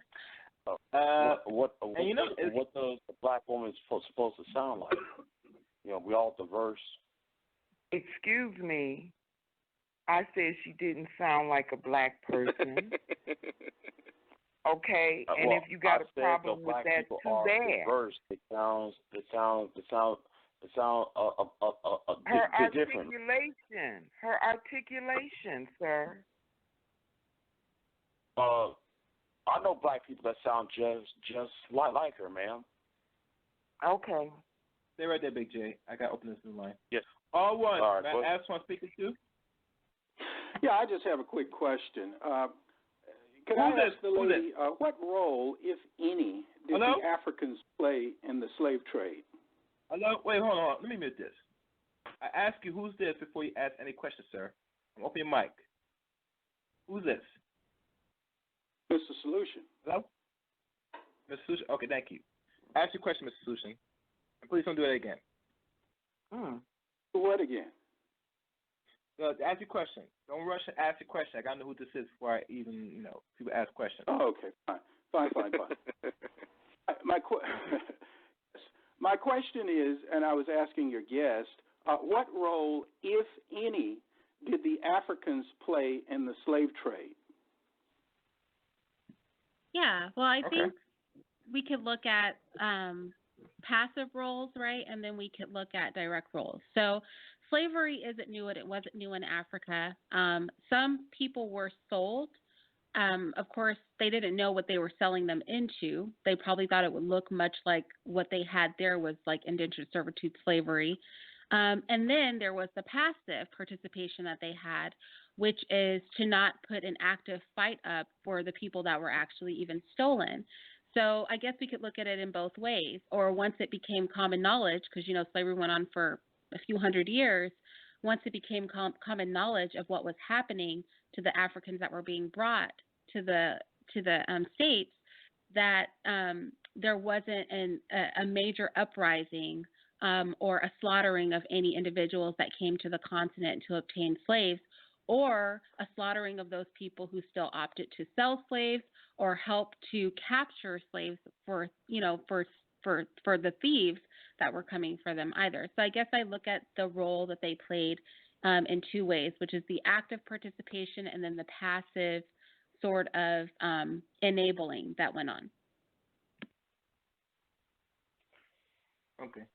Was the answer now, Mr. Solution? Yes, I think that was a sufficient answer. Thank you. All right. Let me Yes, see sir, who else thank is on you. the line. All once. Who's this? Hey, good evening. It's Gigi. Good evening. Stay right there, Gigi. Stay right there. Hi, how you doing? Right, I got it. Hold on, Gigi. May I speak Let me now? see who else is on the line. No, you got to wait. Okay. Somebody's raised their hand. 847, who's this? Nigga, this Taz. What up? All right, hold on. He's mad as hell. All right, Gigi. Don't mute me either, motherfucker. Wow. I'm Gigi. What's your question? Yeah. Hi, I want to say hi to the guest. Thank you. Very interesting conversation. The lady's name is Irene. Yes, ma'am. The guest, hi. I was wondering, you said that you're 100% Geechee, Gullah Geechee, and you said that sometimes those folks look down upon when people leave that area? When they move out permanently, yeah. And it's also caused problems having people move away because a lot of the land is communal. Well, all of the Gullah Geechee land is communal land. And so something that we have experienced because of people that move away, like my family did, is they come back, stake a claim to the land, and then if they can't be bought out, then we lose our land and they sell it to white people, basically. So, yeah. It is frowned. Oh, really? So your whole family, Gary, I mean, Miss Irene, your entire family left the area? Not my entire family, but yeah. But the branch that I'm from, like my great grandparents did leave the area. They went west, and so I'm from San Francisco. That's where I'm from. And my great grandfather was in San Francisco until about 3 years ago, and he passed away. So yeah. So was he like in the Navy or something? He didn't join the armed forces. He was a builder, so he helped build a lot of the infrastructure when the city was getting established. Wow. Now, when you left with the father of your children left with you to go to California? No, I wasn't born in Gullah country. The older people in my family moved and had children. You know what I mean? And so that's how I ended up being there. So I wasn't born in the Carolinas or the Georgias. I wasn't born in Gullah Geechee country. So how often do you get to go back, or do you get to go back? I don't go back very often. I don't get to go back very often, unfortunately. But I need to do that because I'm not as active in participation as far as protecting our land. And it's becoming a big thing to preserve our culture. Like a lot of people don't speak Gullah anymore and things like that. So as I'm seeing this, because it's always been the older people who have kept things going, I think a lot of us are feeling more compelled to be supportive of that net because we're kind of being snuffed out at this point. And Gary said you wrote a book about the culture? No, he said somebody else wrote a book and he was going to send it to me because he thought I'd find it interesting. Oh, Dr. Talagbe, I think her name was. Yeah, she's a very interesting guest. Oh, thank you for talking to me. I'm done. Yes, ma'am. Irene, thank you. Before we continue on this conversation, I just want to clear up some things because people are going to go back to this playback and they're going to think because how you talk, you sound like a white girl. So I'm going to let people know right now that's going to listen to this fucking recording. The person I have here is a black woman, all right? Yeah, she was once married to a white person and she has mixed kids, all right? So if anybody want to know, that cuts the bullshit off right now, all right? Ain't no bullshit. I asked a legitimate question. No, I'm not telling you. Wait a minute. You don't have to. She stand for herself. You don't have to even do that. This is ridiculous. What did Gary say? I didn't even hear him. He said she's married to a white person?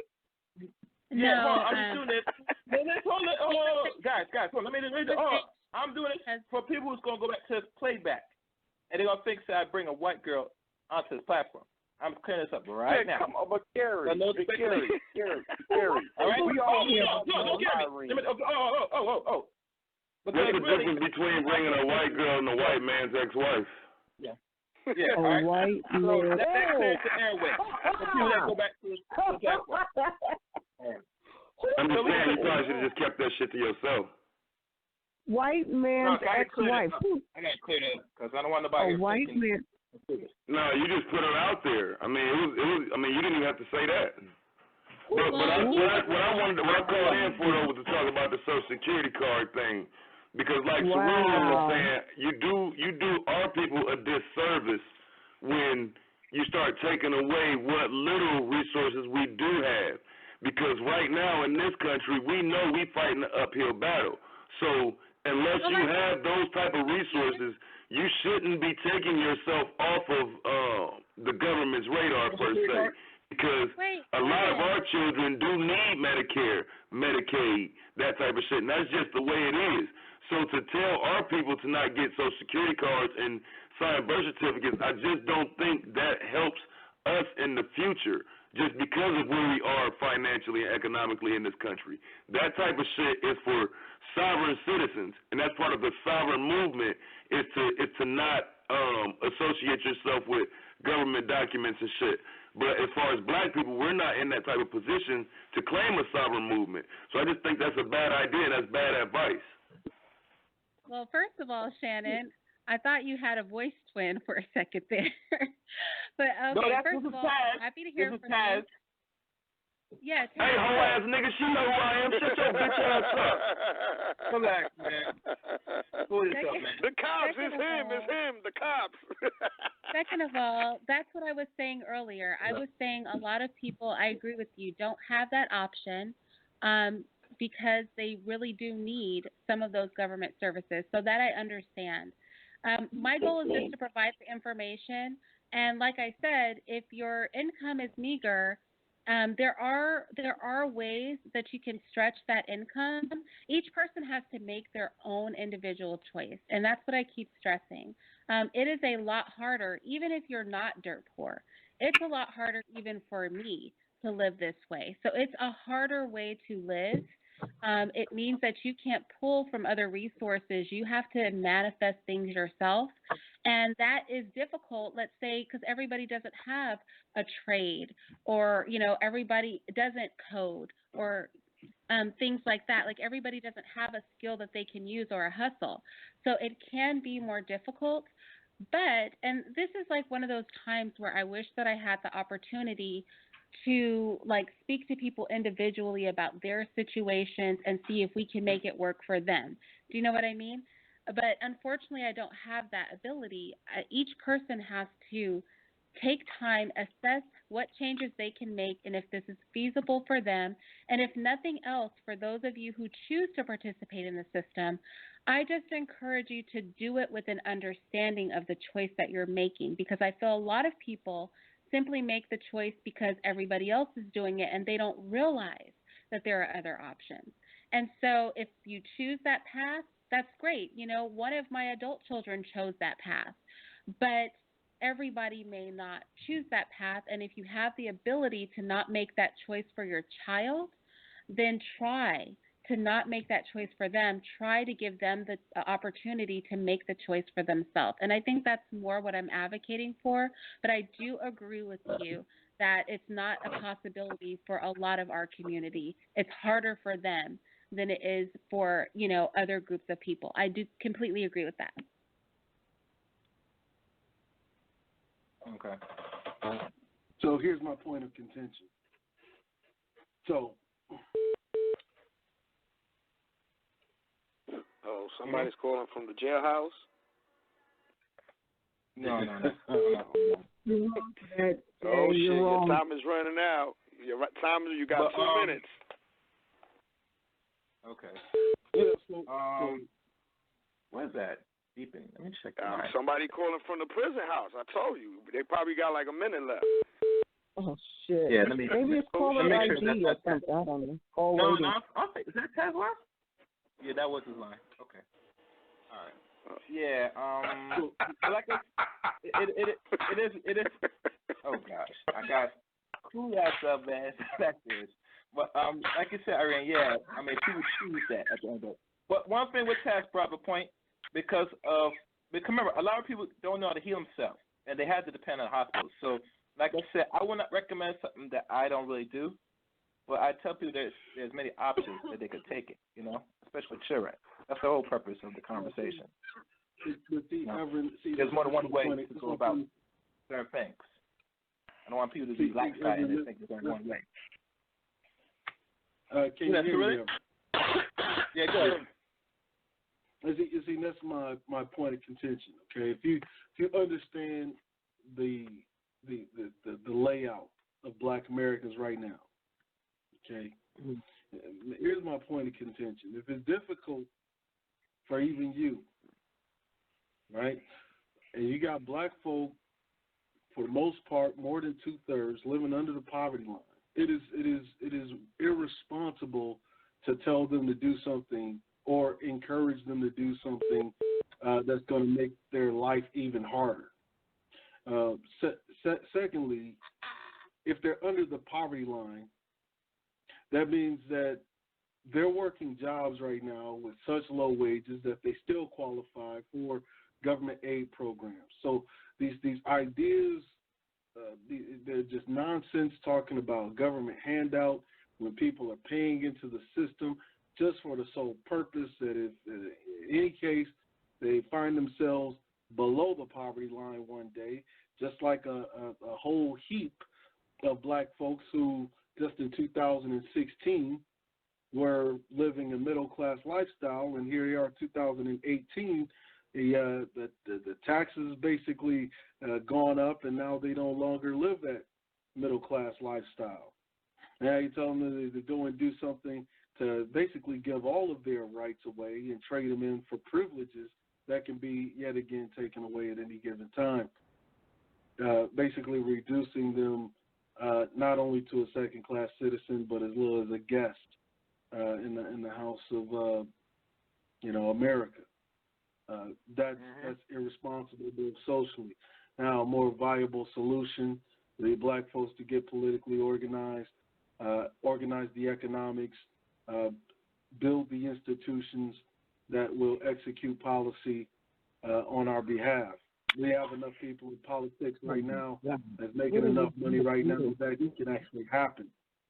There's enough money in the Black community that within a year, just on $30 a month, you can have your own, political action committee, your own legal action committee, similar to what you have with the ACLU. You have enough money in the Black community within a single year, just taking the money away from the Black church, to have your own urban land developer, your own Black-owned urban land developer, a nationwide Black urban land developer, and where you don't need HUD anymore. You don't need the policy because at the point the resources are collectivized, you can buy the land that you want. You see, that's a more viable solution.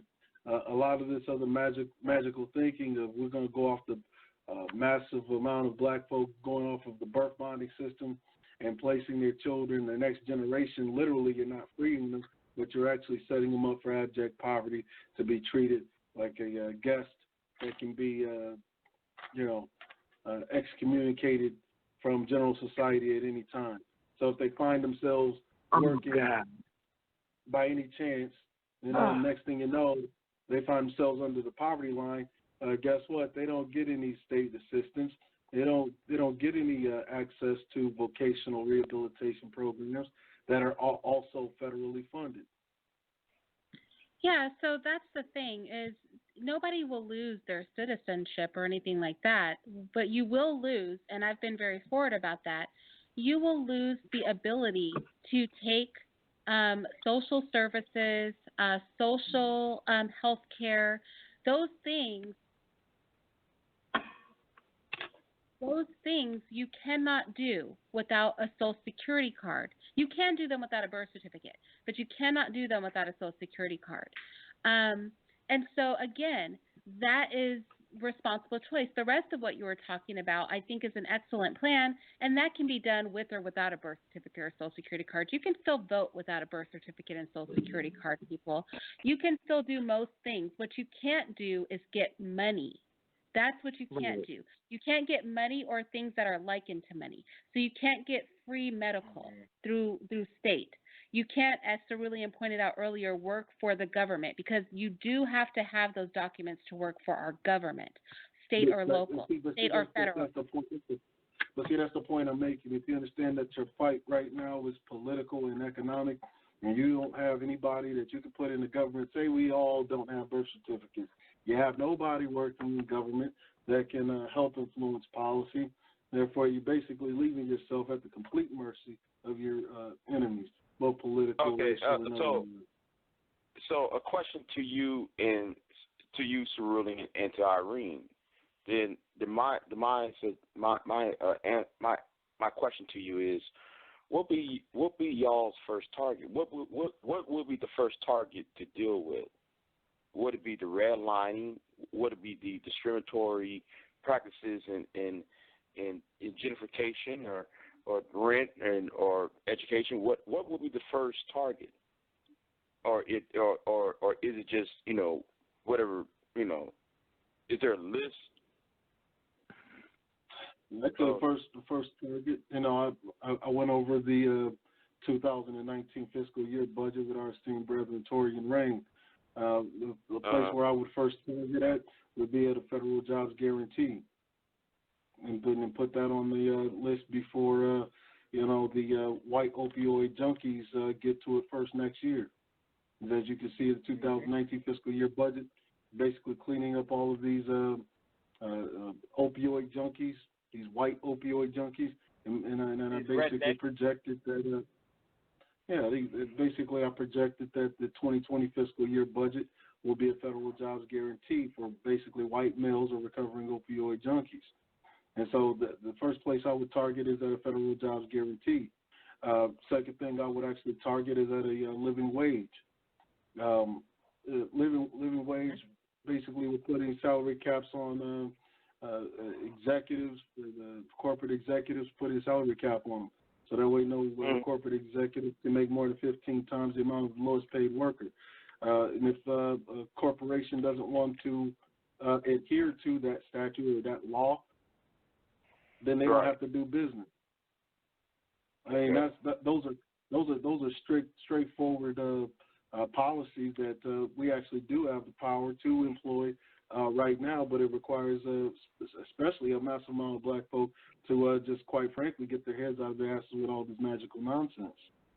Okay, okay. So with that budget, so are you going to? Is the plan? Is the Gray Faulkner plan?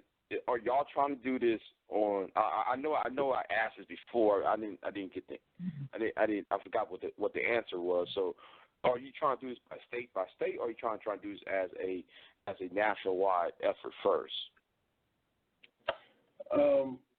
One is a plan that anyone that's in any state that's black can actually employ in their own locale, because it requires really three parts, right?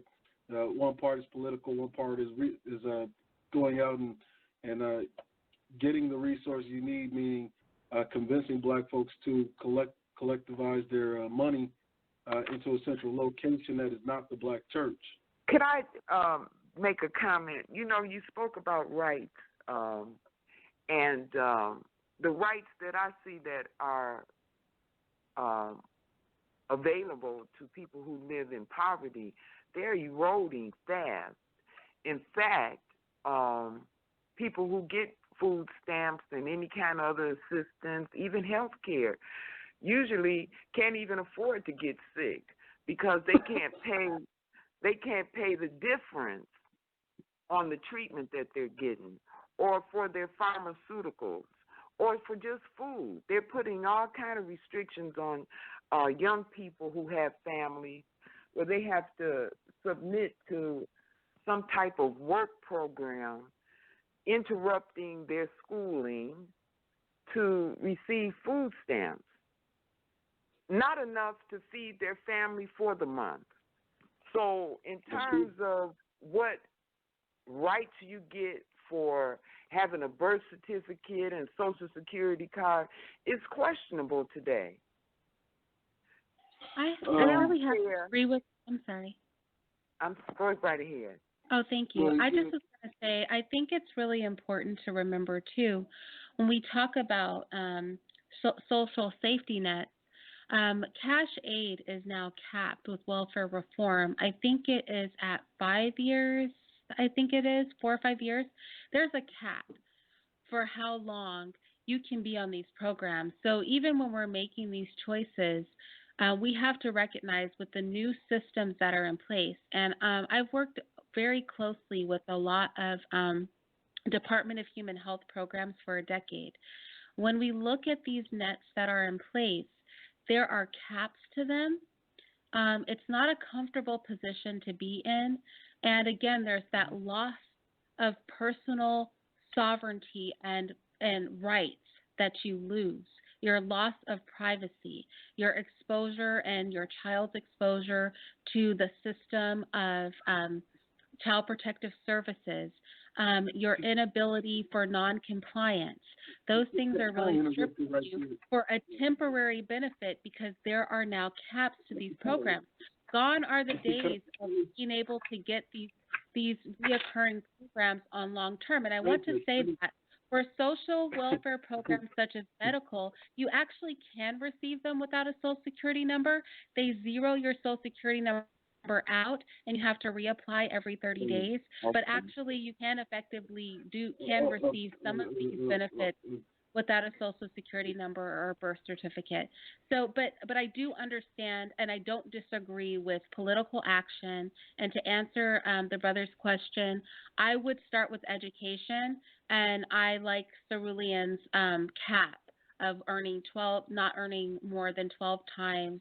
Was it then the lowest paid worker or the highest paid worker? I'm not sure. But I think that makes sense because there does need to be a check and balance there. Again, though, everybody has to make an individual choice. The thing is that just be informed about the options you have and decide if that choice is going to be right for you, because there are some programs you can participate in. There are some you cannot participate in. There are some you can participate in short term. Like I said, for medical, you can get new medical certification every 30 days with no Social Security number or birth certificate. You can't get long-term medical. But if you go to the hospital, they'll apply. You'll have it for 30 days. If you have a doctor's appointment for your child or you, they'll apply. You'll have it for 30 days. They'll simply zero out your Social Security number. So there are loopholes to this. But again, it's hard without having real one-on-one conversations with people to really say what would work in your situation. You're going to have to be the person to assess that about your own life, because unfortunately, I wish I could, though. Y'all just don't know. Like, I wish I could sit down and simply talk to people and get them to work collectively in programs, find out how we can pool resources, how we can do homeschooling for our children. Like, I have a million plans for that, but it's hard to just throw out a plan when I don't know an individual circumstance, what the net around them looks like and things like that, which is why we have to be our own advocates, people. We have to do that. All right, Cerulli, you was about to say something? I heard you in the background, brother. No, I'm just looking at this thing realistically. Okay. The sister said, the rights as a citizen with a birth certificate are eroding. This is true. The reason why this is happening is, quite frankly, black folks chase the political Super Bowl instead of focusing on what they can do in their own locale. So they get revved up for the presidential election, completely ignore the regular season, and that's been one of our greatest problems in the last 35 years. See, right now, I'm looking at it in a realistic way that's pragmatic. Let's just drop all of the extra stuff. Let's go with what we know. You have a group of people, 45 million roughly, and about 30 million of them living under the poverty line. Okay? 35 million living under the poverty line. Now, 35 million are living under the poverty line. What does that mean for a person without a birth certificate? That's a good question. See, that means a complete 100% destabilization of the entire community. That means that you're placed at the complete mercy for people to basically treat you any kind of way. I mean, they already treating you any kind of way. Right. Mm-hmm. They already treating you any kind of way. Now you're going to get treated worse because you don't have a birth certificate, because they don't have to respect your rights because you don't have any rights as a citizen. All your rights are privileges now. You keep saying that, Cerulean, but you do have rights as a citizen. The government accepts other things other than a birth certificate to reserve your rights as a citizen. I gave a whole list of things that they accept. You just can't use social Irene, one at a time, please. Before you even get to the birth certificate, okay? Rights are secured by a collective group with their economics. That's how rights are really secured. They use their economics for political action. That's how rights are actually secured. Not just secured, but enforced. See, you talk about a group of people who already have a problem enforcing their own rights, right? Their own constitutionally granted rights. And then you want them to trade that in for no birth certificate, in which even those that they would be able to enforce, they have the inability to enforce because they are not technically a citizen, but just a long-term resident. That's they are reality. Citizens. They are citizens. I read from the government website. They're still citizens. Don't lose your citizenship. You know the difference between a citizen and a resident? Yes, they're citizens, not residents. I just read from the government website. That is proof of citizenship. Your hospital birth record. That's proof of citizenship. Wait. Irene. So really, what's the difference between a citizen and a resident? Since people are here, we should go by definition, so it'll be clarified. All of those things that you take away. Say, for instance, you start working a job, you get injured on the job, then you can't go back to work for the next 5 years. You draw on your Social Security, or you don't have access to that anymore.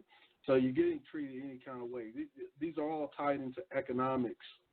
So how you enforce your rights are through economics. That's what really makes you a citizen. See, that's the only reason why black folk right now aren't being mass incarcerated at a higher rate than they already are. It's because of that citizenship is being recognized. And how is it being enforced? It is being enforced at the government level, the federal government level, which you can't even work for unless you have a birth certificate. But let me say you can vote. You can. Magical thinking. How are you going to execute anything? You don't have anybody that works in the government. You're basically locked out of being able to join the military, which is your right, right? Working for the government in this country is a right, which you don't have if you don't have no birth certificate. See? That's the difference between a right and a citizen and a resident. And so if you can't work for the government, which means that you cannot influence policy that benefits your group, how is taking black folk off of a birth certificate, 30 million blacks, that would be roughly 2/3 of blacks, how is taking 2/3 of them off the birth certificate going to help them? But you keep saying that, but I never said that this is an option for everybody. I've said over and over that each person has to assess their personal situation. Second of all, technically speaking, a passport allows you to work in place of a Social Security card, and there are some exceptions for governmental positions. You also can vote showing a passport, and a passport can be obtained without a birth certificate or Social Security card. You don't lose your citizenship. The limitations that you find will come by way of things like receiving welfare benefits and things. Go ahead. How do you get a passport without a birth certificate? That's what I was talking about earlier. You can sit back, Gigi. You missed portion of the show. Just listen in. Sit back, Gigi. Don't give no truth. You can get a passport without a birth certificate. Just sit back. You can get a passport without a birth certificate. Go ahead and go to travelstate.gov. Make contact with. Well, wait. Just to be clear, is that nationally, or does that rule apply state by state? for all people in the United States, if you do not have a birth certificate or Social Security card, you can legally obtain a passport. I mentioned all the steps earlier in the program. You can go to travelstate.gov, and they give you specific criteria for obtaining your passport without a birth certificate. In brief, you need a letter of no record from your vital statistics, just saying I don't have a birth certificate. You know, you give them the information, they give you a piece of paper saying you don't exist in our records. You need a signed affidavit from the mother and the father or two people present for the birth of the child. You can sign that with a notary or at the passport office. There is a form on travelstate.gov that they require. Just print it off, fill it out, take early birth records. That could be a crib sheet. That could be from your baby's first baby visit. That can be your Bible where you wrote down that your child was born. Take those to the passport office. That's how you legally obtain that document. If you look at your I-9, you will see that you can have a passport as proof of your citizenship or two items from column B, which is what everybody tends to use, which is a picture ID and a Social Security card. It is an either-or situation. One document, a passport, replaces those other documents, and you retain your citizenship. This is fact. This is not my opinion, and if you don't think I'm correct, feel free to vet my information by going to the government's website and checking it out for yourself. Again, travelstate.gov is the office that issues passports for United States citizens, and you can clearly see there that what I'm saying is 100% accurate. And if you need to also look at the code, I know some people were asking for that, the corresponding code is there too. So these aren't a matter of opinion. You can work without a birth certificate or Social Security card. You can vote without a birth certificate or Social Security card. These items are not required, although I agree with Cerulean that there is a percentage of the Black community that is poor and that may very well need these social safety nets. I am in no way suggesting that everybody do this. I am suggesting that if you can not violate your child's personal rights by getting them these documents and give them the leeway to make that choice for themselves, that you do that, because you bind yourself. You bind yourself to having to pay federal and state taxes. You bind yourself to a list of things when you make these choices for your child. They automatically have to pay into Social Security, which is a retirement program, which some people may need. If you can't be fiscally responsible, or if you don't have the means or know how to save, these programs may benefit you. But if you're willing to put in the extra work and live a life that's a little less comfortable, that means you're going to have to work hard and you're not going to be able to take out loans for every little thing. That means that you won't be able, if things go wrong, like Cerulean said, to get on social welfare. If you're willing to make those sacrifices, then by all means, I encourage you to do that, keeping in mind that there still are programs you can use. You still can use federal medical, but it's on a 30-day per basis. It's not something that you'll have all the time. It's something you'll have to reapply for every 30 days or as you need the services. You can still educate your children in public schools if you cannot homeschool like I do. You don't lose all of those benefits, but you do lose some of those benefits. And as Cerulean pointed out, there are almost all government jobs will not be jobs you can have. You will not be able to join the military. So those are things that you're going to have to accept, or if it's not something that is an acceptable thing to you, then you may choose to get those documents. I just feel that for our children, they should have the choice and be provided with the education to decide if that's what they want to do with their life. I don't think that parents should make that choice to bind their children into a system that you cannot walk away from.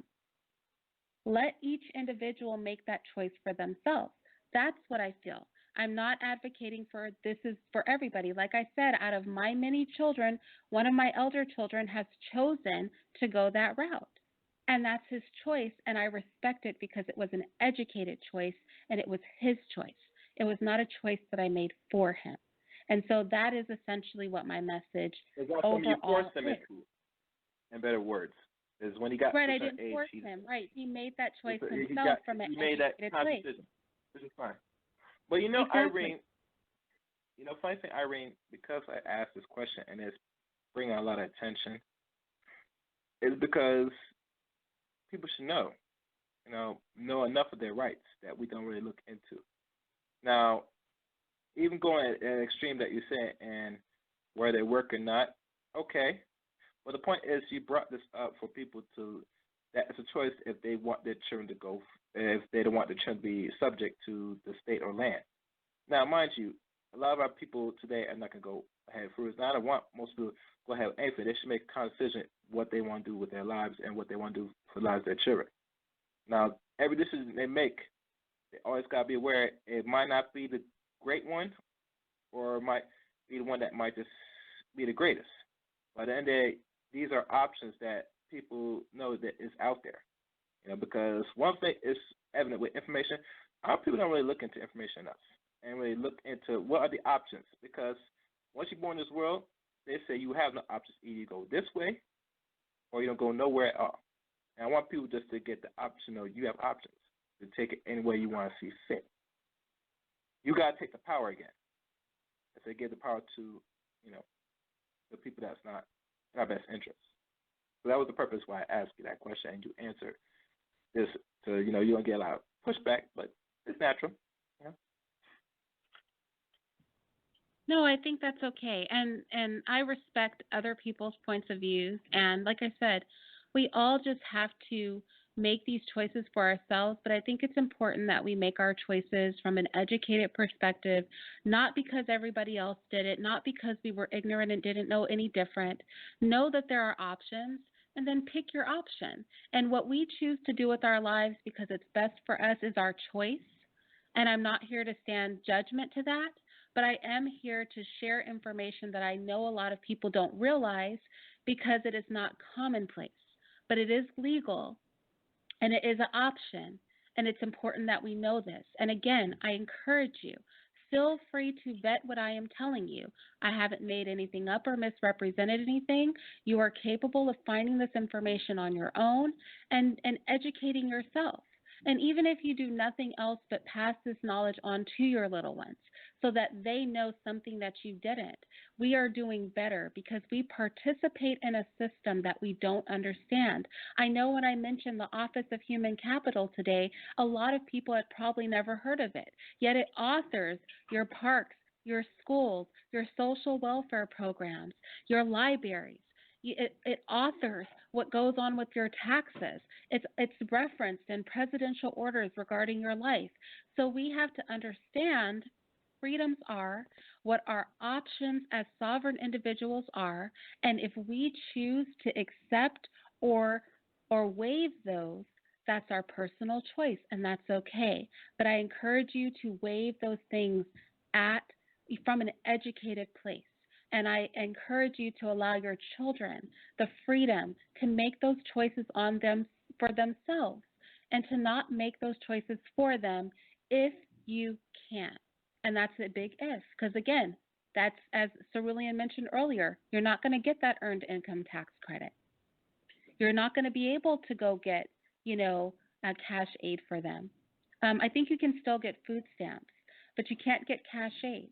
Like there's going to be a list of things you cannot do that might make your life easier to protect their ability to choose. But as a at least parent, you're saying, at least you letting people know at least that point that you giving them the ins and outs.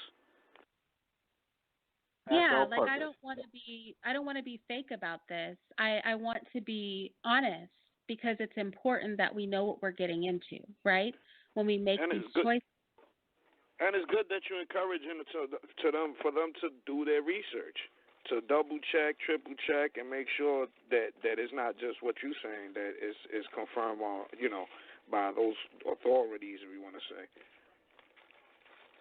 Mm-hmm. Yeah, and when I talk about these things on my page, we go to the sites together, and I provide all the information and the links, and they can go visit. And I use government websites. I don't use side stuff.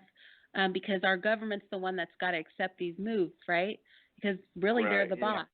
So I keep it very legit and above board, but still you can even get more in depth in the things that I show you and take you to. Don't believe anybody, not even me. You do the work for yourself, and then you will know the truth because you've done the work for yourself. That's what I had to do, and I really encourage everybody else to do the same. I honestly do. And another thing, to let people know, and it's like this, and I never told you before, because you don't watch TV, you go on the TV. I mentioned the Moors. The Moors run their mouth on the same thing on the sovereignty package too, where they have people pay money to be sovereign. But that's not the case. But you see, because people listen to people, they don't really do the research. So we have people out here in the community scamming people over some shit that is not reality. But in regards to the children and the births, that's something we could control. And that's a fact. But in regards to ourselves, once we into the system, we can't get out of the system like that. It's not reality. And the problem our people feel say, I can save myself before I save my kids, but really you can't, because you are in the system already. Now for your children, because they just come out of your womb, that's optional, And people don't know that, but they always try to put the emphasis on people that's already in the system to get them out. But that is not the reality, and I think you've proven that, I believe, tonight. Because, we have people on here, that said they offer something to get people out, but people got to pay them money, And obviously when they go pay the money, it doesn't work in their favor, because it could probably do more damage than good. So you kind of brought a different perspective tonight in that, Or you could end up in jail or with your assets frozen. Like, I'm not with the Freeman movements and the Moors, like you're mentioning. Like, I'm not with those movements. I'm not here to blow smoke up anybody's butt or to pull out some obscure laws and things that nobody can understand and do anything with, or tell you uppercase this, lowercase that. Like, I'm not on that BS. But I will provide you with solid things that I know are truth and that are applicable to real life and that are usable in real life, so that if you decide, you can. Or if nothing else, you're just armed with the knowledge, because it's good to know. If nothing else, it's just good to know what our landscape looks like, so that you know that you have choices. Because when you don't know that you have options, you have no options, right? So it's good to know what the real options are. And yeah, don't ever fall for that. And I don't ask for money for mine. I just put the videos up when people ask for them, because this is nothing you need to pay for. This is all public information. It's not a flippin' secret, y'all. And I would be leery of those movements, like you're saying. Like, they take people's money and they put them in positions where you're really vulnerable to get yourself in trouble, is really what I feel. Anybody else has any further questions? So we already passed over time. Anybody else have any questions? Speak now for every peace. Anybody on mute? Nope, no one's on mute. Oh, all right. All right, I guess people are quiet. So I guess every question, everything has been answered tonight. So this is what I'm going to do right now. Can I say something? I just want to thank Cerulean for coming through, and also Taz. Cerulean, I really do appreciate a lot of your perspectives and all genuineness, and I agree with a great deal of them. And I always like Shannon Taz to come through and speak, because he loves to hold my feet to the fire, and I think that's good, because... Sorry, continue. Sorry about that.